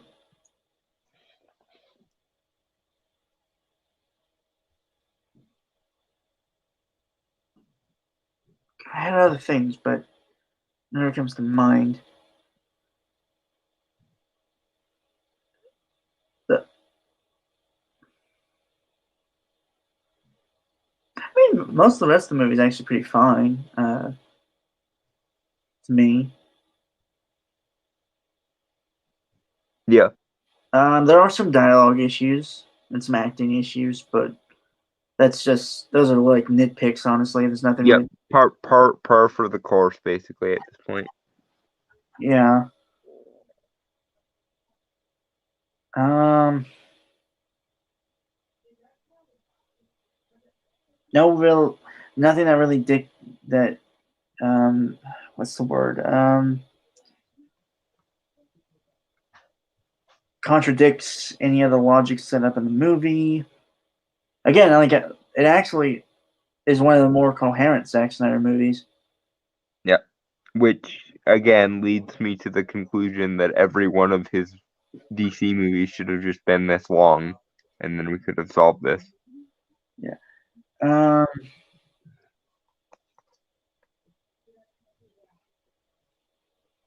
Yeah. Again, like that actually might just be my only gripe with the movie is like that Wonder Woman scene. Yeah. And again, I just chalk that up to these bastards threaten kids, therefore they waived the rights to their humanity, basically.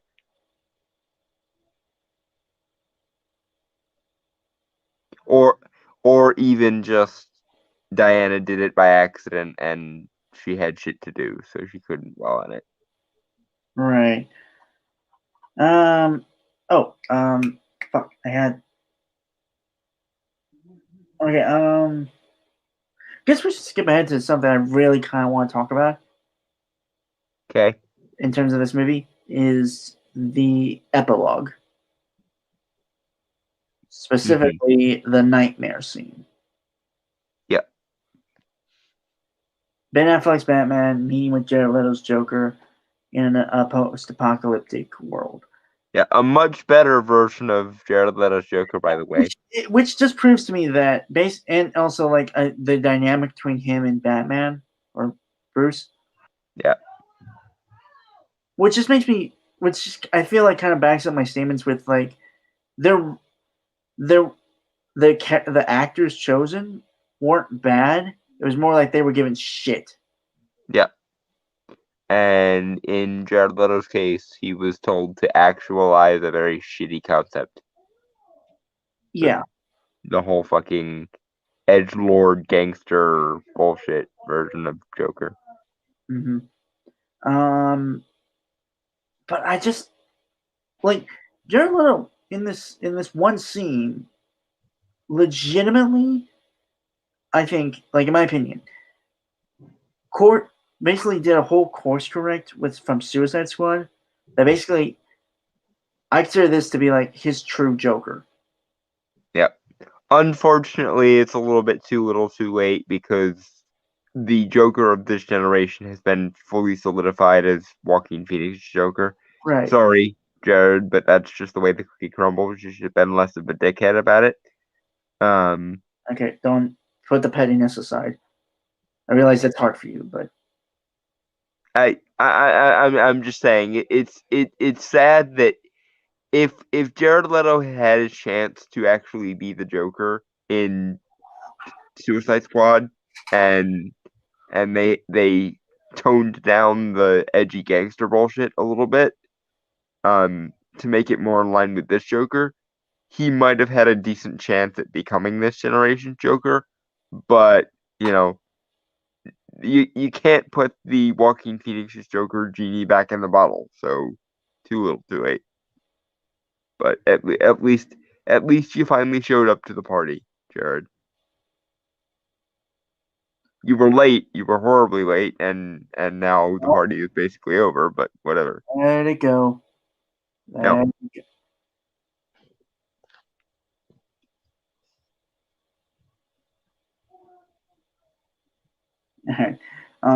But no, like like this version of Joker, he has like I mean, like his look is still kind of stupid, mainly because like the weird overlay of like the red on his mouth. I don't know if that's like supposed to be blood or something. I can't really tell. I think it's just supposed to be makeup. It's just supposed to be like a twist on the Joker smile, similar to what Heath Ledger did. Fair, but still. No, but like he's got such a menace to him now. Yeah, it's a much better Joker, and had the people in Suicide Squad knew what they were doing, we could have had a decent Joker. But Um okay, so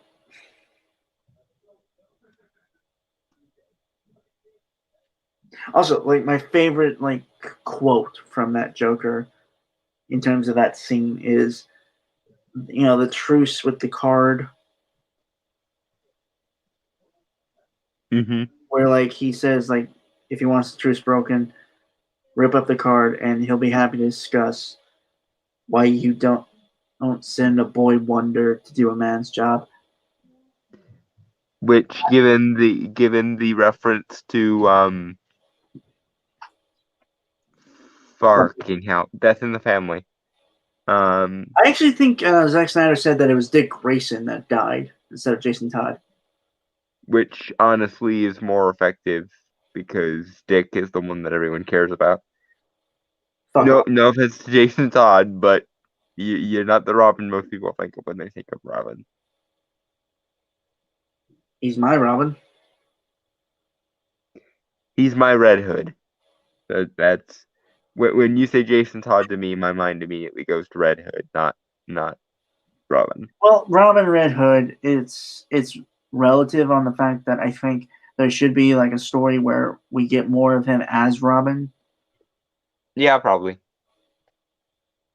But I'm just saying from a meta perspective and from a fan perspective, it does make more sense to have um the Robin that dies in Death in the Family be Dick instead of Jason. Well, I always picture Dick Grayson as Nightwing, so Hmm.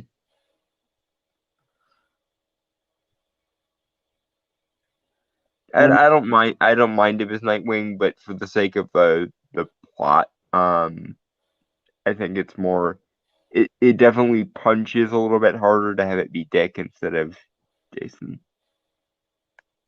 mm,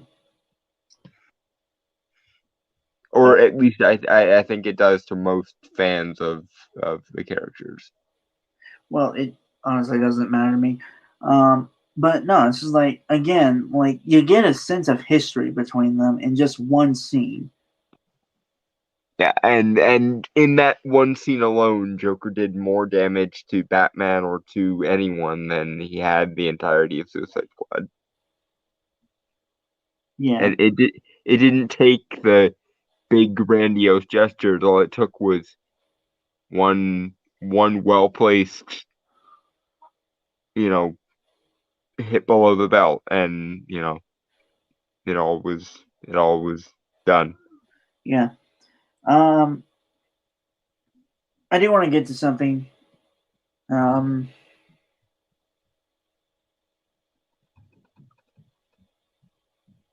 I still don't really care for this movie.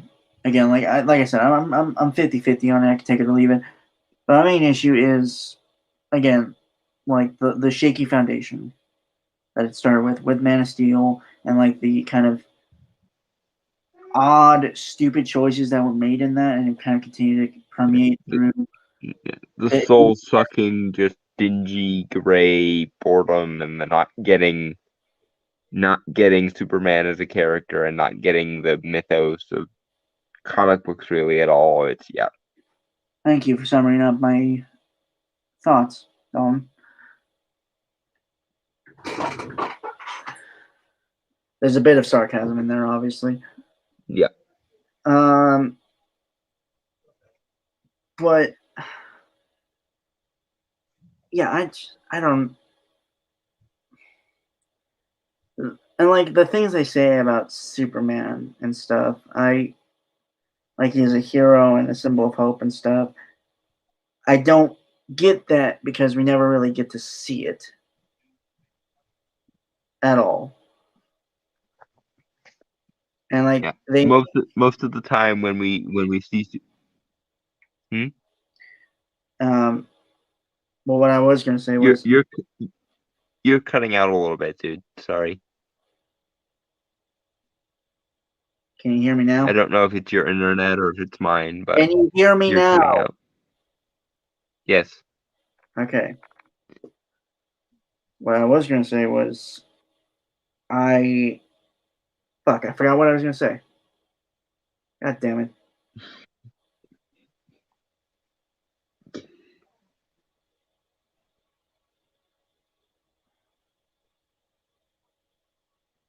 Right? No, they just made Superman into a bland nothing of a person and gave him no personality, no flaws, no real human connection. Like the greatest strength and possible weakness of Superman is his humanity, despite him being an alien. But you completely fucked that up by making him the constant outsider and mm, Let it out, man. It's healthy to rage. my my biggest complaint, and I don't know if at some point we probably maybe watch BVS and review that, like the full Ultimate Edition. Maybe not, but Yeah, we can if you want to. no, it's just like it's Batman versus Superman, and yet it's a Batman movie, which I get, it's introducing Batman and all, but Which, to be fair, was stupid to begin with. The idea of you don't introduce Batman post Dark Knight Returns, which is basically exactly when they introduce him. Like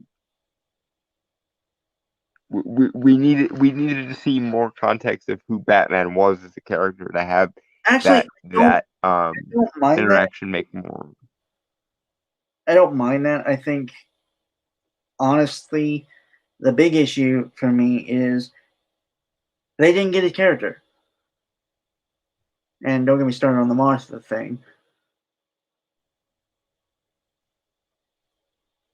Again, the major thing is there's no emotional connection to these characters to make any of the moments that should have this weight and impact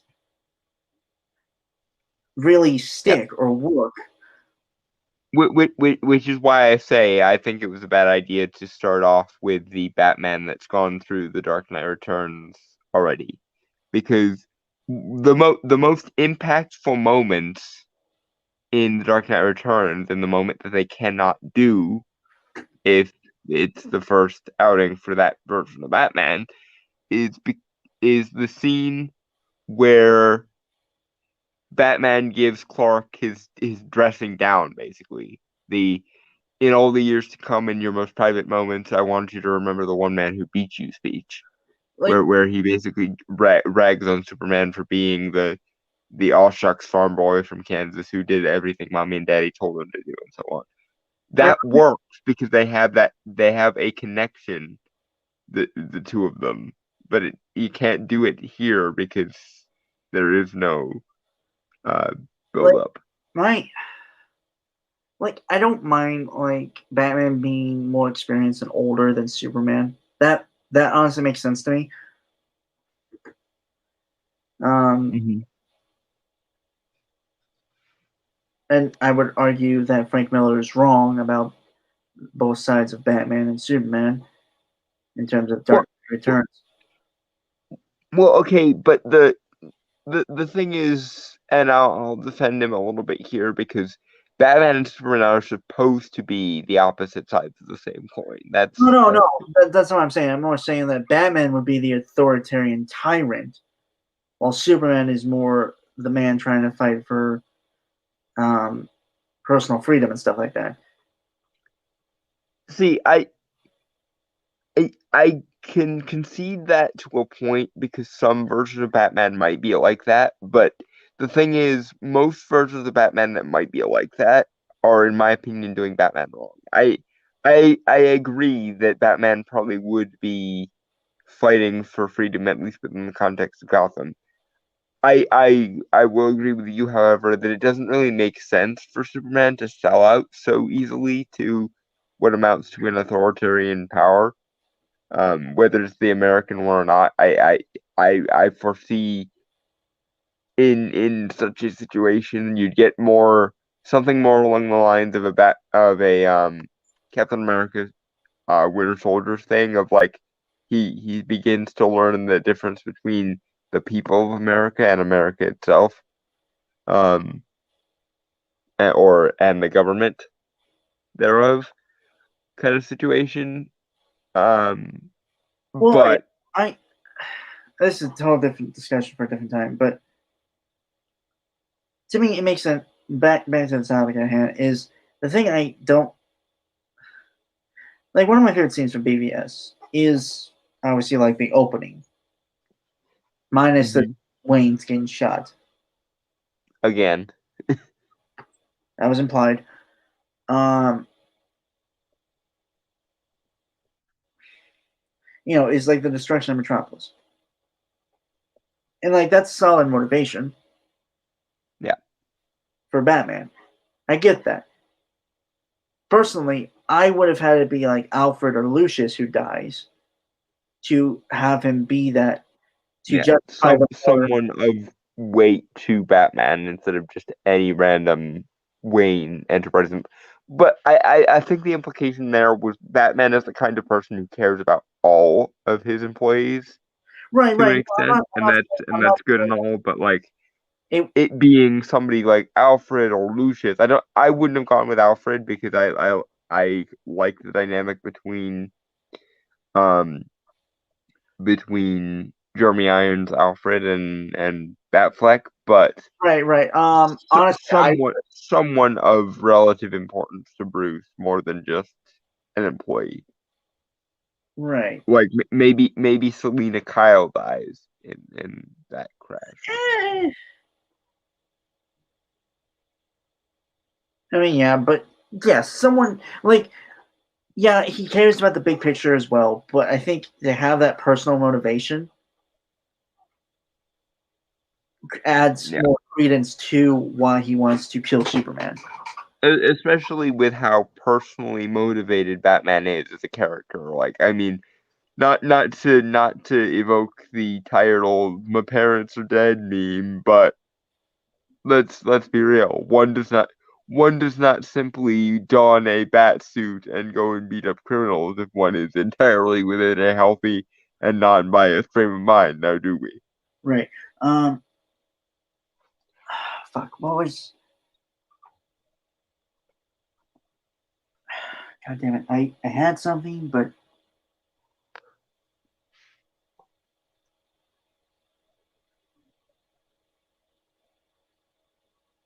and again, like major thing is like with Superman, Clark is they make him too much of a Randian objectivist. Like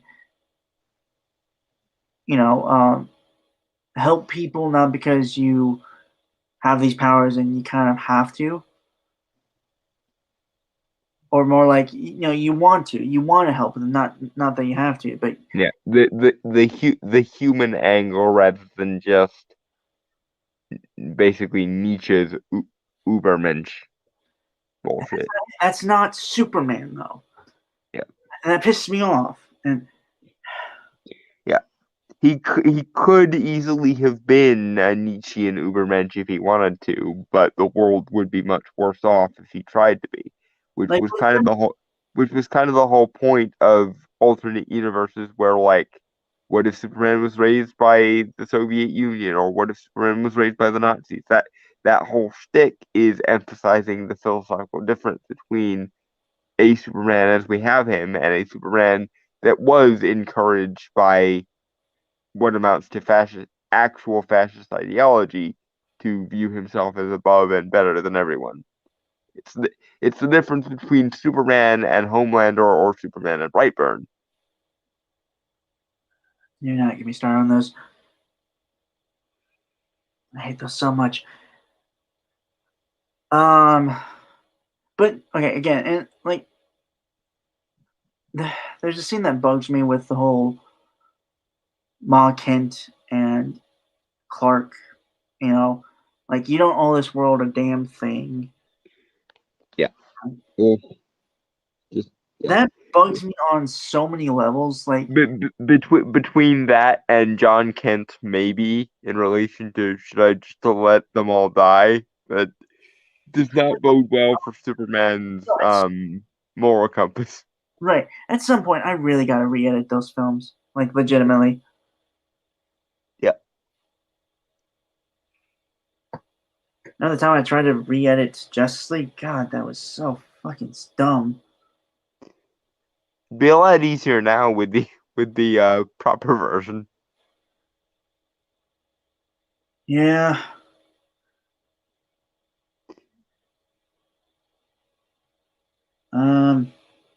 Of course but no, it's just like what's weird is like the other characters, specifically like Cyborg and kind of the Flash, also possibly Aquaman. They seem to have their cores intact, while the Trinity.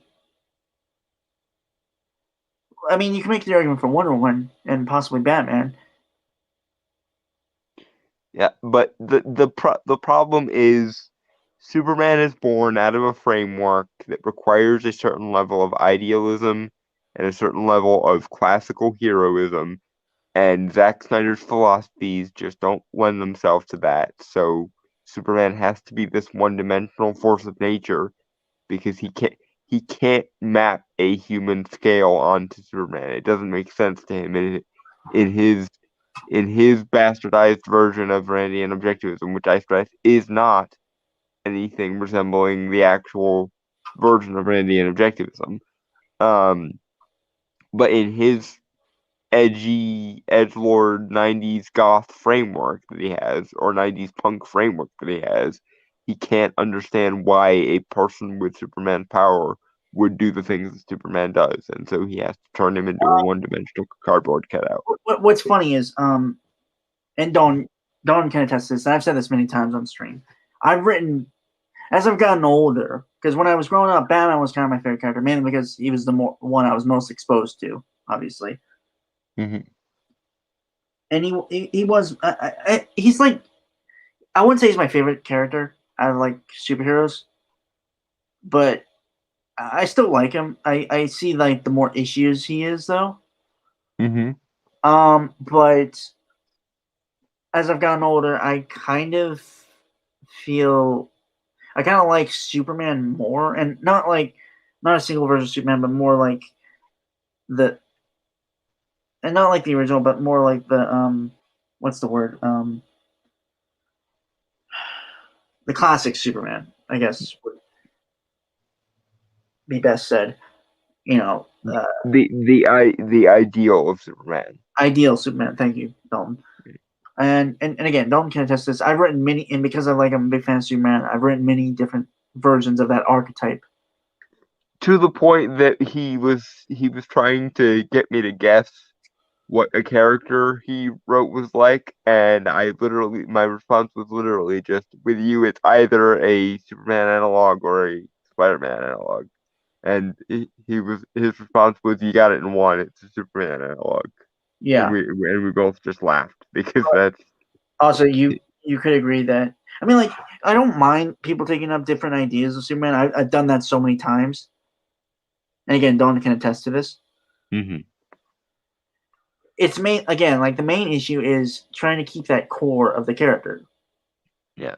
And again, Don, please feel free to either argue or agree here. Mm-hmm. Every Superman like character I've told you about,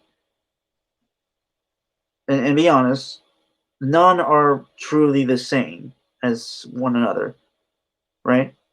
No. I mean, it's very obvious that they're all Superman adjacent, but Right. they're very different in terms of how they get there and why and so forth. Yeah. And so I don't mind when they, because I do it all the time when I write like fan fictions and stuff of these characters. Like I'm willing to play willing to play with them and like do something different with them. But the main thing is you can't lose that core, that soul of the character. And I think the major issue with Zack Snyder is he doesn't understand that or has the Yeah, awareness, he never captured that soul to begin with, so there's nothing to lose. which is a shame because again, like I would honestly make the argument that he really should just be a director of cinematography because he knows how to make shots. He knows how to Yeah, do things like that. I think as just a plain old director is it's 50-50 because he's more style over substance, but he does make substance if the cyborg scenes are anything to go by from Justice League. yeah. He just needs something. He needs somebody to hold his hand and explain to him in like the most broad philosophical possible terms Oh, how Superman works and can why. you imagine Um, if Grant Morrison worked on a project with Zack Snyder? I would pay so much money. That's so interesting. Well, I mean, like they're two polar opposites. I think they would complement each other well in terms of the writing room. Right. And I think there's probably a lot that they could learn from each other, which is also good. Yeah, but overall, like the Zack Snyder's Justice League movie, it's not bad. It's not good. It's pretty okay. I mean, it's better than what we've gotten before, which isn't really Yeah, saying. it's the best of the Snyderverse movies by a wide margin. It's not, Which however, it's not as good as Shazam, not as good as Wonder Woman, and I shudder to even put it in the same sentence as Joker, so I'm not gonna do it.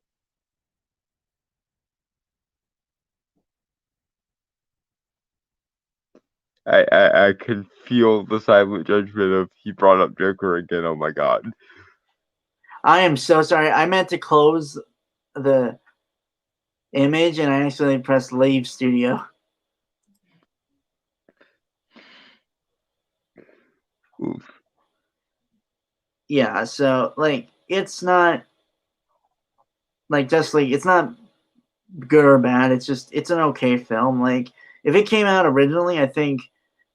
Well, I think I'd still not really care about it, but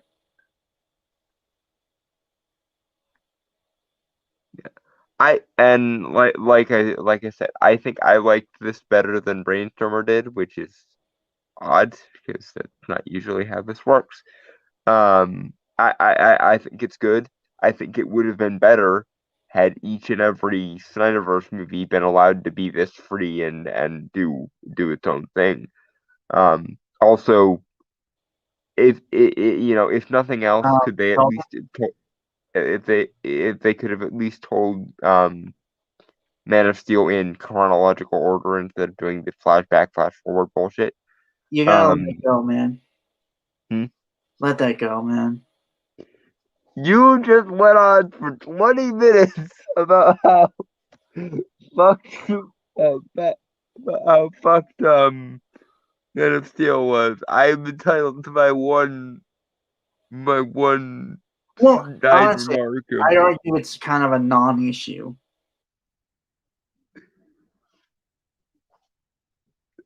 I again. You had your 20-minute And he's ramble. frozen. But yeah, No, you cut out. oh damn. Um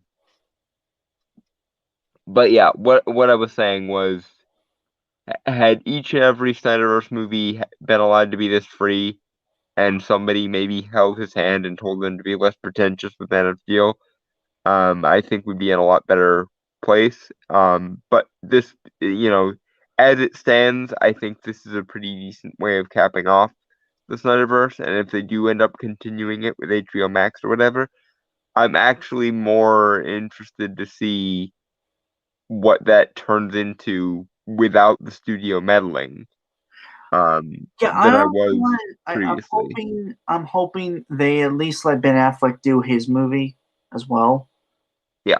because they set up some really cool stuff with Deathstroke at the end of the movie, Yeah. and like with Plus, Batfleck is a really interesting character if right, like they just let him actually do his thing.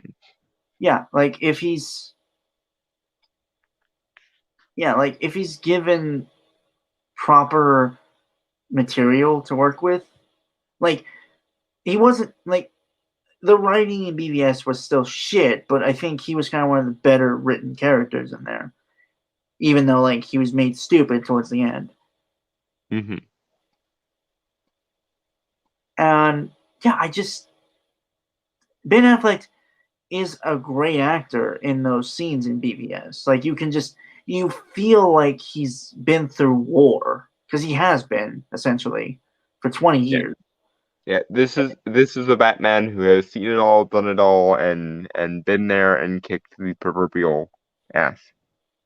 Yeah, and just kind of you can also tell like he's just kind of weared down to the point like he's legitimately just on the verge of becoming Joker, essentially. Like a dark like essentially Batman Who Laughs, kinda. But minus obvious well no, maybe not Batman Who Laughs, but more He's well on his way to becoming the Bruce Wayne from Batman Beyond. The I can't believe I was ever that green Bruce Wayne. well, no, honestly, I think that Bruce Wayne is still too kiddish in terms of like you could see He, inklings of that, sure, but yeah, but you know the scene I'm referencing, right? The scene yeah, where yeah, Batman tries. I know what you're talking about. Obviously, what I mean is, like, there's always this rage you could see in him, no matter what he's doing. Like, even if he's playing up the act as Bruce Wayne, socialite, like there's Hmm. just this rage to him because obviously, like, he lost Robin to Joker, and that's like I can understand why he would be killing people. Obviously, I don't agree with why he's doing. Don't agree with it, but Death in the family is a hell of a drug, I guess. Is the long and the short of it. yeah, and I would love to explore that more. Yeah, I think a lot of Batfleck's best potential comes from the possibility of doing prequel movies. Oddly enough. I think the thing is like with the whole Martha scene, and I've actually re-edited this scene a few times, um, and seen edits of this scene done, where essentially what Batman shouldn't be killing the whole movie, and like the major plot point for his character arc is he's considering killing Superman, not Hmm. taking him down or anything, not arresting him, but killing him. Yeah, because with his powers, even a Dude, 1% chance of the right, scene, yada yada yada. the scene he has with Alfred, where he explains why he needs to kill Superman, is one of the best scenes in Yeah, BVS to me. yeah. That's how it starts. Fever, the No, no, no, rage, no, no, not that scene, not that scene. Later good one. men. Ah, The one where 20 years in Gotham, how many good guys are left? How many stayed that way? ah. Yeah, Although I will say I love that I love Alfred's line there the line about um everything's the changed. fever, the rage that turns good men cruel. Yeah, and th- it's like, and when he talks to Clark, saying that you're no god, you weren't even a man. Like I've heard someone say that he's more trying to convince himself that he has to kill this alien. He's trying to dehumanize Clark in order to make it easier. Yeah, and then and like there's one version I've seen, and I wanted to do this myself. Is basically where they have Bruce from Gotham, like the scenes where like he decides he will not kill. Like you Hmm. remember those scenes, and that's why he doesn't kill Superman. Yeah.